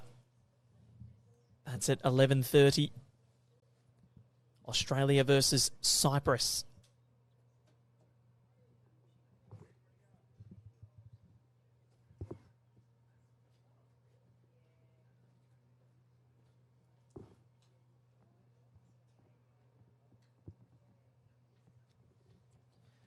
Yeah, this is what the game is all about. We focus probably so heavily on where the bowls finish and getting shot and so on. But this right now is arguably the most important factor of the sport of bowls, decision-making. And making the decision and doing it with your team. Great to see Carl there fully invested in what Aaron and Corey both had to say. And from a team perspective, they've all agreed on something. And before Carl left the head, the shot was made up, and now it's a matter of just Carl going away and doing it. Great to see all 3 players heavily involved in what's best for the team here. Carl Healy, a little bit higher than what he wanted. Just needs to stay off this blue bowl. He's done it okay. So good weight there. He was just Thought they might have been promoting it up then. It was dangerous, but now... Yeah, you're just looking to sit that shot bowl at the Malaysians' nearest bowl at 3 o'clock, just out in a high line. So, will Malaysia retake the lead? His lead has been sensational so far today, or will it be the Australians who get the ascendancy back for the first time since the opening end of the contest?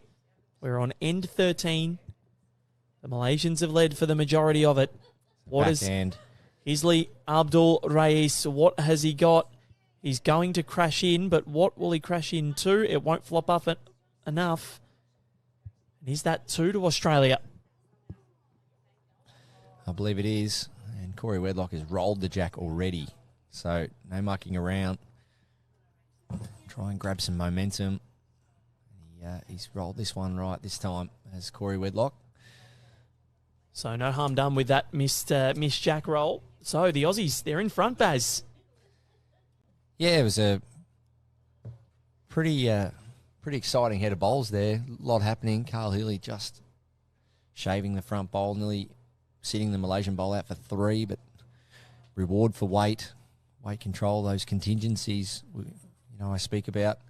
Every weighted bowl you have has to have a contingency. As Corey Wedlock nails the jack. Well, if you miss left, what will happen? If you miss right, what will happen? If I get through to the back, what will happen? And it's just great to see these players playing such superb weight control, knowing there's always some other result if you're not quite on target.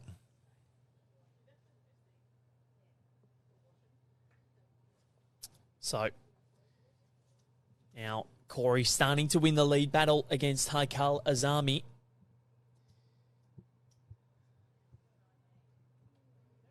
Absolutely working their way into this, the Australians, as they look to put 1 foot in the quarterfinals. Yeah, good shooting from Corey. 9 teams in this group, so 8 matches to be played. good body language here. Not a bad reply, that. Wow, great shot. So for me, Malaysia's just got to increase their percentage of bowls from in front to behind. We know what Aaron Sheriff and Carl Healy can do when it comes to playing weighted shots. Just got to start getting 1 to 2 bowls past Jack a little bit earlier. Because if this game starts getting to the point where big shots need to be played, it's the team that's going to have a higher percentage of bowls, Jack Eye or beyond, that can pick up that multiple to try and break away.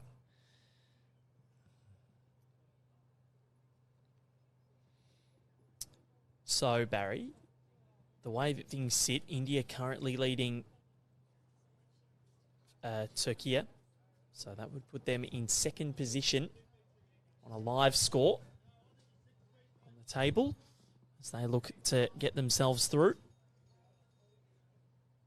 Aaron Sheriff on the backhand.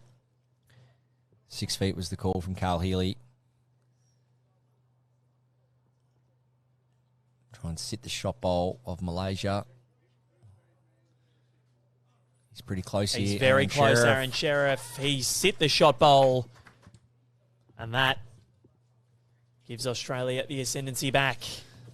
Yeah, not only has he sat the shot bowl and got shot for his country, but he's also left a gap. So it's back to a single bowl target now. Malaysia's got to either try and draw it or just work that shot bowl off the jack. Start building ahead. And 2 bowl triples. Got to be getting in early. So Deanne Devine asking how many games each day do teams play. It's a maximum of 3. Might have a bye, so it might be 2. Just depends. Well, this needs to reach. Underneath Yeah. and short. Isley asking that to reach. It's a disappointing effort. That had to be disturbing the head or getting to the back red bowls. So the second battle now being well and truly won by Aaron Sheriff. And Australia looking to extend this margin if they can. Biggest lead of the match was 3 to Malaysia after the 10th end where they led 8-5. Australia took the lead for the second time and the first time since the opening end at the end of the last. So we're near the climax of this contest. And here's the replay of Aaron Sheriff's sit and stay. Carl Healy looking for this one to get around. Aaron Sheriff wants it to get around. Not bad weight. Just needed a bit more on it. So the spot has to be achieved here. It'll be nice if he easily can draw the shot, don't get me wrong, but must set something up for his last bowl if he fails here.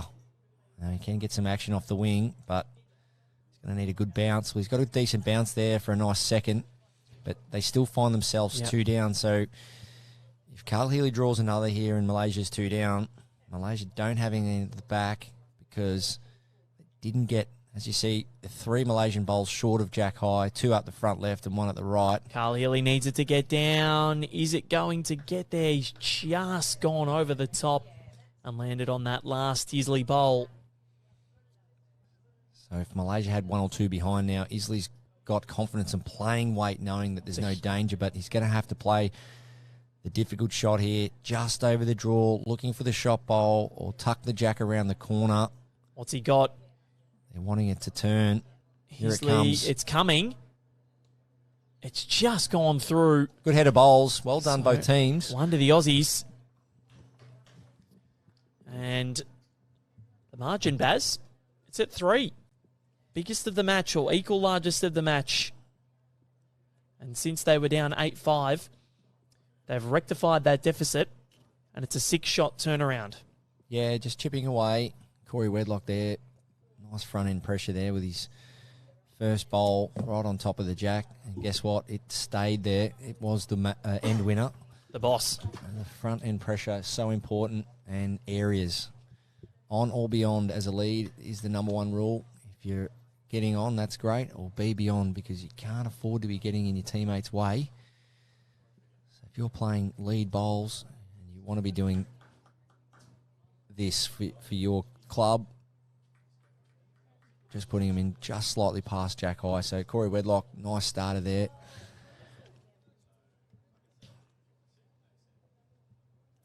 Beautiful conditions here at Mudgee Bar Bowls Club. Mudgee Bar Bowls Club, I think it would have been probably close to 10 years ago now. Floods, bit of a wetland area this is, high flood zone, and pretty much the whole clubhouse was completely underwater. And the Bowls Australia Disaster Relief Fund came to play and supported Mudgee Bar Bowls Club. And what a great initiative that is. Disaster Relief Fund Australia with summer around the corner. Great shot, Corey Wedlock. He's definitely going up a level, is Corey Wedlock, these shorter lengths. And the Bowls Australia Disaster Relief Fund is a fund that people can contribute to any way, shape or form through raffles or fundraisers. And all money received goes back into supporting bowls clubs out there going through any hardships with natural disasters, fire, flood or theft. And the Mudgee Bar Bowls Club were the recipient of some funding a while back when they went through some floods. And it's great to see as Malaysia getting the big stick out. Yep, very early and taking out their own. So Haikal Azami missing high, and well, the only bowls left on the green, on the rink, are Corey Wedlock's. Too early for me, I'm sorry. I think Malaysia had to build ahead then, especially the size of that gap between Corey's two bowls. I think just take a deep breath at this stage, Malaysia. Still plenty of ends left, only 3 down. And yep, and tee covered by Aaron Sheriff. Yeah, I see Isley coming up to the head here. His teammates already on the mat. Just maybe slightly rushing things here. Yep. Are they a bit rattled here? Just got to really slow down a touch here. As I said, Isley was walking up to the head. His teammates already on the mat looking to play a shot and not going to make it. So Isley finds himself 2 down with only 2 bowls to play. Yep. This is the problem for himself. For Idam. He's just been short and missing in his efforts. And Sam Duke's asking a question, Baz. Question for both the boys. Who would be in your dream team of 4s from players past and present?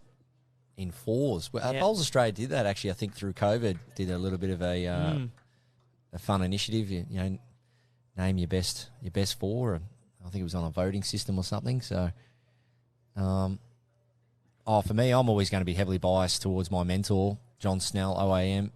Is that why your nickname is Snelly? Yeah, John Snell, Hall of Famer, Bowls Australia Hall of Famer, multiple Commonwealth Games, World Championship medalist, one of the Australia's greats. John really... Another short one there, sorry, Baz. Yeah, John really took me under his wing when we played together in Lakes Entrance, Victoria, so never got to play any high-level bowls with John outside of tournaments, so we were different eras, but I'd always have Snelly in there somewhere. That's 2. Am I in the team as well, or do I pick a? Oh, you can be if you want to be. Oh, so I'll pick a absolute clean 4. There you go, and I'll be the coach. How's that sound? All right, perfect. So Carl Healy on the backhand doesn't want to fill that gap. Ideally, if he can get back to the centre, almost going to. Well, that's perfect, I reckon. Yeah. So Isley now. He's got a little bit of help on the forehand. Backhand, there's no help at all. Forehand, he has come down, work off the blue, crash into the split. See if he gets some help. He's gone big and he's gotten rid of his own. Well, he's opened it up. So, where do the Aussies go now? So, Baz, who have you got in there? You've got John Snell. Yeah, well, there's so much you could play around with the team, and you know, if you're going indoor, well, straight away it's pretty easily if you're playing in an indoor event. I know the question hasn't got all those specifics, but let's probably generalise a little bit more then. I'd probably definitely have Snelly probably playing 2. We'll give him the card. Give Snelly the card. We'll put Brett Dupre on the mat. I modelled my game around Brett Dupre. Yep. Birdie. Just the way Isley. He's going to cut it back here. He has cut it back. He might have nearly got second out of that. 4 down to 1 down. Huge save. Was it only 1? Yes. That is a massive save. Yeah, that's huge. So backhand, it was a fraction high. Got a nice little... Was it one only? Pretty sure I only saw one finger down. Yeah, well, there you go. 12-8.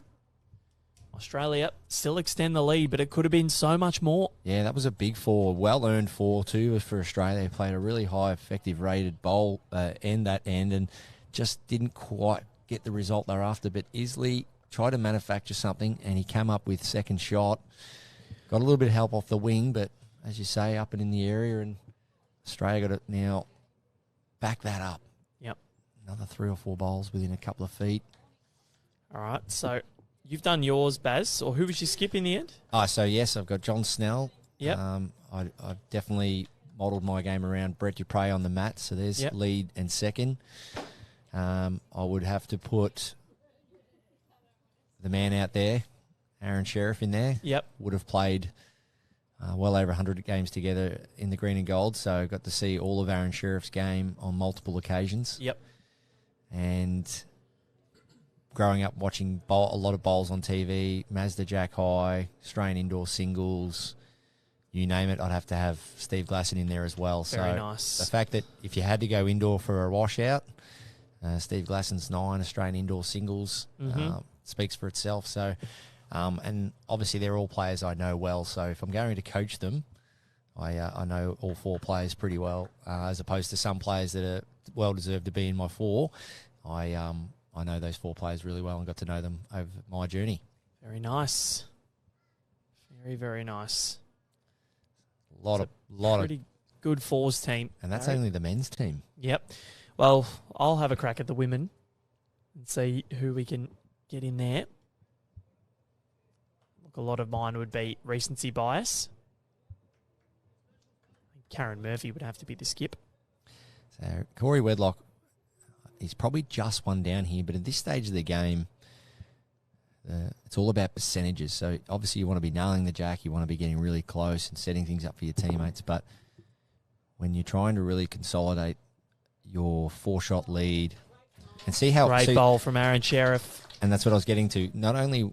So the beauty of Corey Wedlock's bowls were they not only close, but they were passed. And what they provided for Aaron Sheriff is what is the key to playing with people like an Aaron Sheriff, especially if they're behind you, is giving them clean access to the head. So Aaron Sheriff didn't look up and go, oh my God, what do I have to dodge here? Something under, something around. No, you give an Aaron Sheriff clean access to what he needs to do. He's going to nearly do it 9 times out of 10. Big weight here and missing Malaysia. Well, I think they might be rattled here. Barry. They might be rattled. Aaron Sheriff now, he's going around the back because he knows something is coming. It's a difficult one to comment here, Val, because I'm not quite understanding why Malaysia's playing the big weight and neglecting the tee. So, as we see here, once again, free access to the tee for Aaron Sheriff. Malaysia then, yes, I get that they wanted to play weight, but it had to be weight to stay on the green, especially with a high jack. You've got all that room to play weight and stay on the green. They must stay on the green with the tee option. I understand going big to explode the head and nullify all the shots, but those contingency weighted shots are so important in this format of the match. What a team performance this has been from the Australians is, again, going high, but that might work out. It is going to go past the tee, I think. Can't quite get it. Into the ditch. The 2 wasted bowls. Okay, you know, it's nice to hit what you're going for, but what is plan B? And I know Isley would be disappointed to lose those 2, but it's on Isley. He's the one controlling this rink at the moment, and he's got to now play big bowls when they matter. Play the rescue role. Australia holding 2. And there is an opportunity for the green and gold, the right-at-home Jackaroos, to almost end this now. Because they're 4 ahead. They were 3 down when this run of ends started. They've actually won the last 5 ends of the contest, Barry. They were down 8-5. 7-shot turnaround. 2 bowl triples. You know, there's only 6 bowls you've got to play versus usually the 4s or pairs where you've got 8 bowls. But You need to be making smart decisions and making the most out of every bowl as you've only got 6.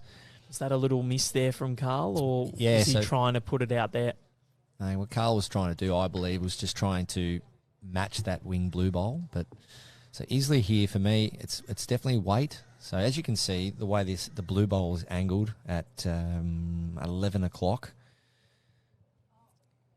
it's got a high possibility of moving as it's standing. So they're trying to run that through the jack or get to the split. Isley, what's he got? Oh, he's taken one out. I don't know why he wasn't asking his second to play that weight. Yeah, I really don't know, because it's creating opportunities. So Carl, what's he got now? As they look to try and land the killer blow. He doesn't want the jack too much, and, well... Yeah, stiff there. Trying to change the head up. Would be some sort of relief for Malaysia.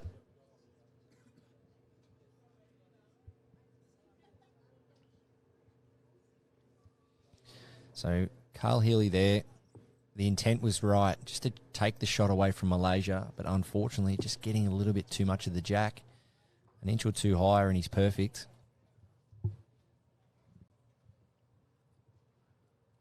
So, Isley.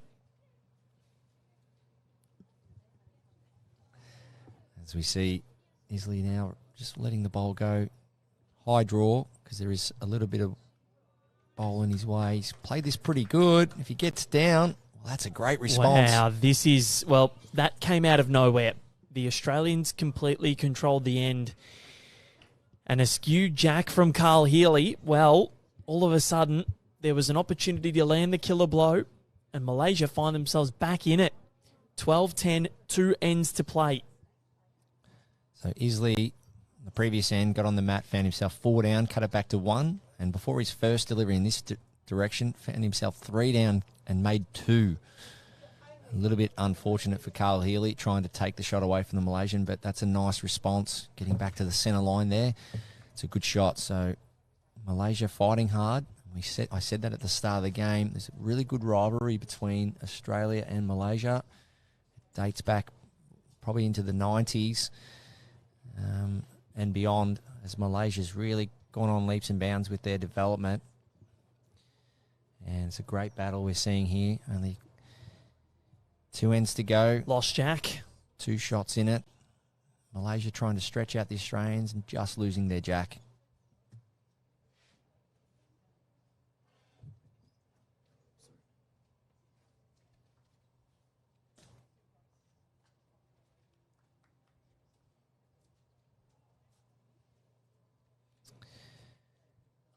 So here we go. Malaysia playing to Australia's jack length. Backhand. 25-metre length. Nice kind of length. Probably a length most players would practice and be used to. The beauty of these players, they practice and train multiple lengths. Can play all the shots on all surfaces on different lengths, and that's a nice lead bowl there, just sliding through. Great start. Beautiful Tiff 12 greens here at Mudry Bar. Well presented, well manicured. Great volunteer base here at this club. Like so many other bowls clubs out there, we thank them for all their hard work.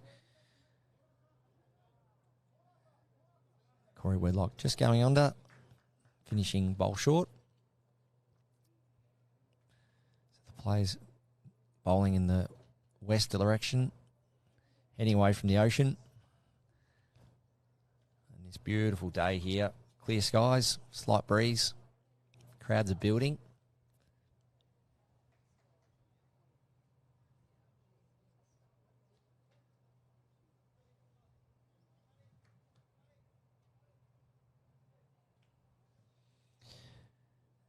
Good home there. Just missing through a yard, but as we see, Malaysia have 2 bowls beyond the jack. Creates a great opportunity for the players to come, to create a number or play with confidence.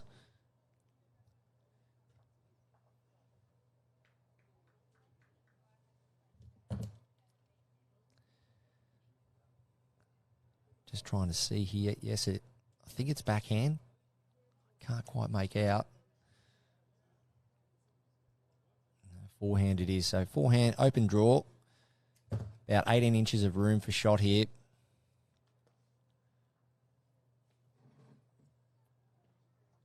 Coming back nicely. Just a little bit hot. Only a yard over.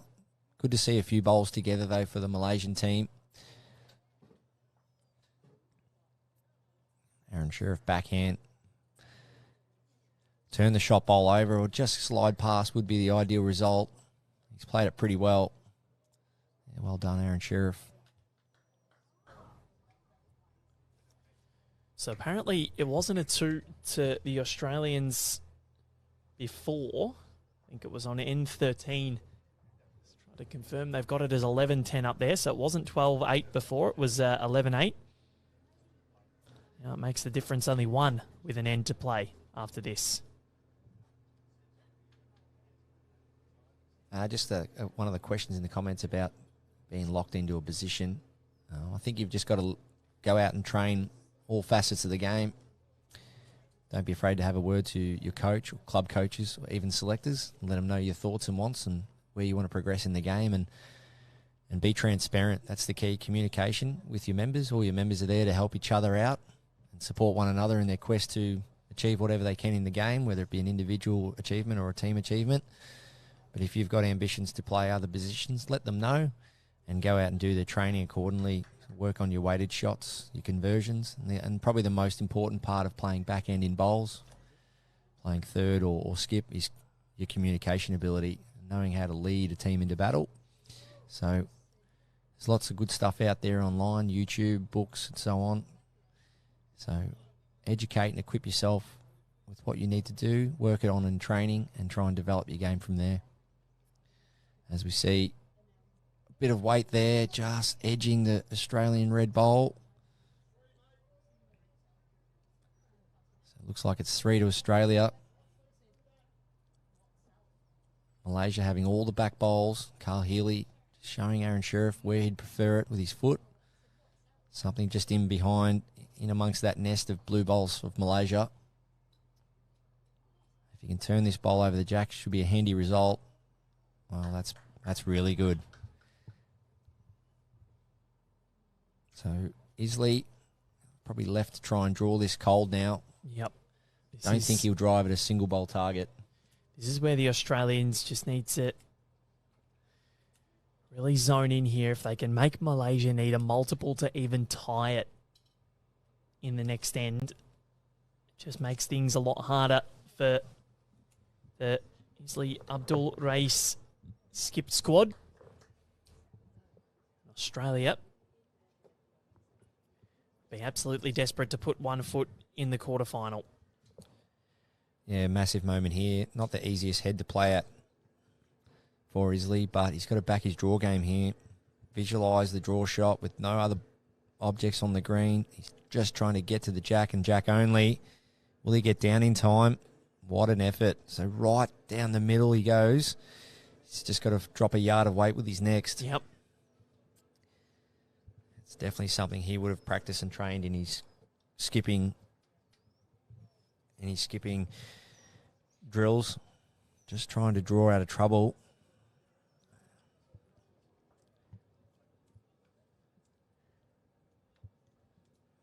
Three down, I believe. If the head shaped up differently and knowing he's got all the back stuff, I'm sure he would have tried to attempt to drive at this, but the percentages are if he does play a good draw shot, he probably either gets the shot or cuts the damage down. As Carl Healy comes down on the backhand, he's trying to get out and cover those blue bowls of Malaysia. He's played it well, right next to Aaron Sheriff's foot, and they give him a little bit of love for that. A couple of high fives. So easily on the forehand. Massive moment here. Lying at least 2 down. Needs to take a yard of weight off. Good line with his first. Body language from the Malaysians. Starting to look at this. What's he got? He's close. No. He's drawn it. Got it. And he has got it. Malaysians are up and about. They're cheering him on. They're halfway up the green, cheering him on. So, Carl Healy, it's all up to him. Is it... Oh, Heasley... Abdul Rais, what a delivery. He's backed himself there. I can't believe he's drawn that. He's played some clutch shots the last couple of ends when in trouble. Speaking of clutch, Carl Healy is going to have to do the same. We could be tied going into the final end. Carl Healy, I believe it's backhand with weight, big wind up, looking for the half of the red Australian bowl. No, reset. I like this. Yep, he's going to come back up and have a look. All the green and gold contingent coming up to have a look.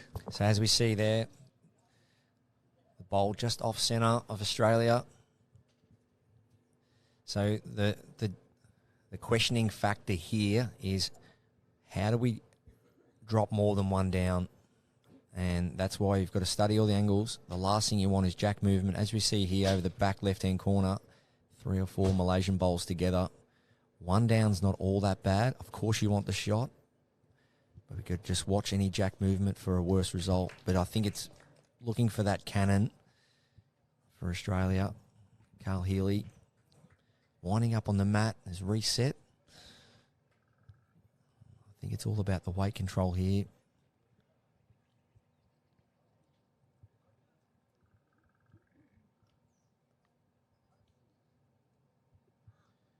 So, Carl Healy, this is massive. Biggest bowl of the match so far. Big weight. And he's missed. So, all of a sudden, we are tied with one end to play. This has gone right down to the wire. Australia looked as though they might have been home and hosed. Malaysia were rattled. They were making some errors. But through the sheer brilliance of Heasley Abdul Rais, they remain in touch and they remain level. It is tense. And we have no idea who is going to salute. So Australia will have last bowl. Which is a good scenario to have. And I spoke earlier, one of the keys to try and win this match for Malaysia is to increase their bowls past jack, and they've done that. Last end, you only saw Heasley draw the shot with his last, but still playing to a head that was open. No Malaysian bowls to negotiate, and that's the key as a skip. You don't want to be negotiating your own teammates' bowls. High degree of difficulty, played a clutch shot and drew it when it mattered. So Malaysia now need to get the first couple up and about. This one just running through. Not a bad home. So Wedlock, Sheriff and Healy against Azami, Ramlan and Rais. The winner of this, as I said, goes a long way to putting themselves into the quarterfinals. Both going past Wedlock and Azami. Yeah, as you see, we're just adjusting the camera there to create a better angle for you. One of the reasons why we're doing that is pretty much the first time in this match the jack's been so close to this tee. So it's a bit of a foreign area for all the players, and we're seeing that with the first 2 bowls, just trying to get a feel for this new jack position. And it's broken both leads. Yeah, bit of a correction there coming from Haikal Azami. Not bad at all. Yeah, enough for shot, but I expect Corey Wedlock just to drop the yard of weight here. He's out on a nice lane. He certainly is. Corey Wedlock wants it to get down. Yeah, good shot, Corey. And that will do. The crowd appreciates it as well. Yeah, so both players giving their bowl a chance, which is encouraging. Last end, you want to go down, giving your bowl a chance and see what happens from there. Corey Wedlock, nice adjustment. Both bowls on a very similar line.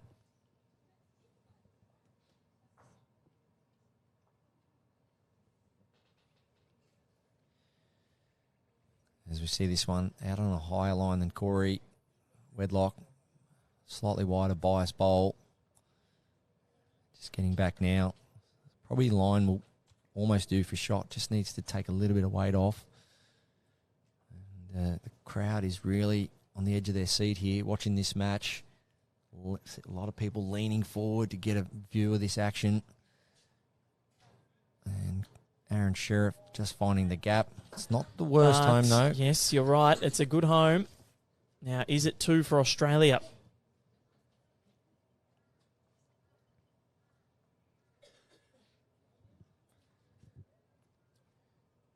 So jack length, 27 metres.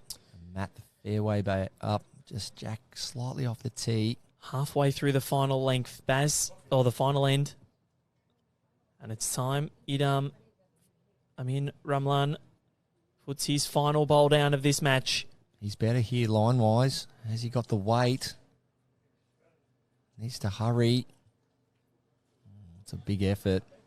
Don't think it's done enough. Aaron Sheriff can do no more after this. Aaron Sheriff, he's stalking this. We know that when he does this, he likes it. Aaron Sheriff. Wow. Beautifully done. Great shot, Aaron Sheriff. And a little touch, which is always handy as well. So Australia, as the skips make their way down through Aaron Sheriff, hold sway.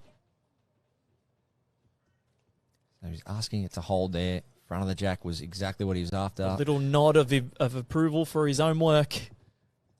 Yeah, so forehand for the Malaysian skip.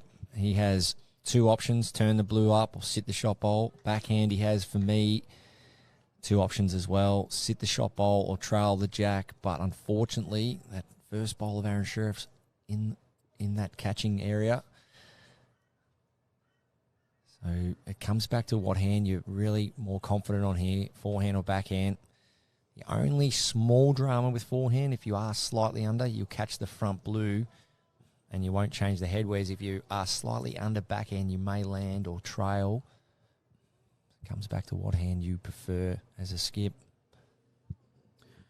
Hisley Abdul Rais, his final or his penultimate bowl. This is going to miss under. He has one more to change the situation. It's gone into the ditch. Where does Carl Healy go here now, Baz? Carl Healy, he finds himself where Aaron Sheriff's put his right foot 2 down. There is a small chance the jack could go there, and that's your job to just cover all the dangers. Yep. Because he doesn't want to have to play his final bowl here. Australia currently holding, what is that? That's 2? Yes, for me it's 2 shots. I think Isley was trying to just trail the jack then out down the line. Yep, Carl bowling to the foot of Aaron Sheriff. That right ASIC shoe planted down on the green. Needs to stop, and that has stopped in a very nice position. So now, well, it's up to Hisley Abdul Rais to keep this match going. If he misses, Australia win. If he makes it, Carl Healy will have to come down and win it for the green and gold. Yeah, I think it'll be similar weight. Looking for the jack down the line. As we see the bowl there, just off 6 o'clock at the bottom of the screen. That's the Malaysian bowl he's trying to kick the jack to. And if he is slightly under the jack, he may sit on the Aaron Sheriff bowl. Or he might go more firmer, more direct. Let's see. He's done it time and time again. He's on a higher line. Hisley Abdul Rais. Not far away here. He needs the jack. Is he going to hit his front? He is. Has it rolled in for shot? Are we shaking hands? Aaron Sheriff won't muck around. He'll know straight away. They won't play this Australia if they back them on the... They nearly got the ultimate result there. Isley, bowl through bowl for shot. Aaron Sheriff saying 1 down. 1 down. Hisley Abdul Rais has saved it for now. Corey Wedlock having an extended look as well. Australia just wouldn't play this if they believe they have shots. So we believe, that Malaysia have got it. Wow, what an effort. Well, going by Aaron Sheriff's indication. They're going to measure, I'm sure. Carl Healy, he's going to have to do something about it. Any contact on their nearest bowl, just turn it down. He's on a high line. Aaron Sheriff has got the tape out straight away.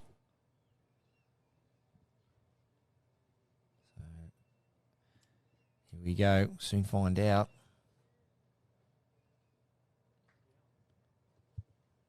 We don't know.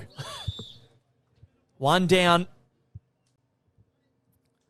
We think the Malaysians, they have. The Malaysians have got the job done. They look pretty pleased. The Australians a little bit despondent. We're still waiting for this confirmation.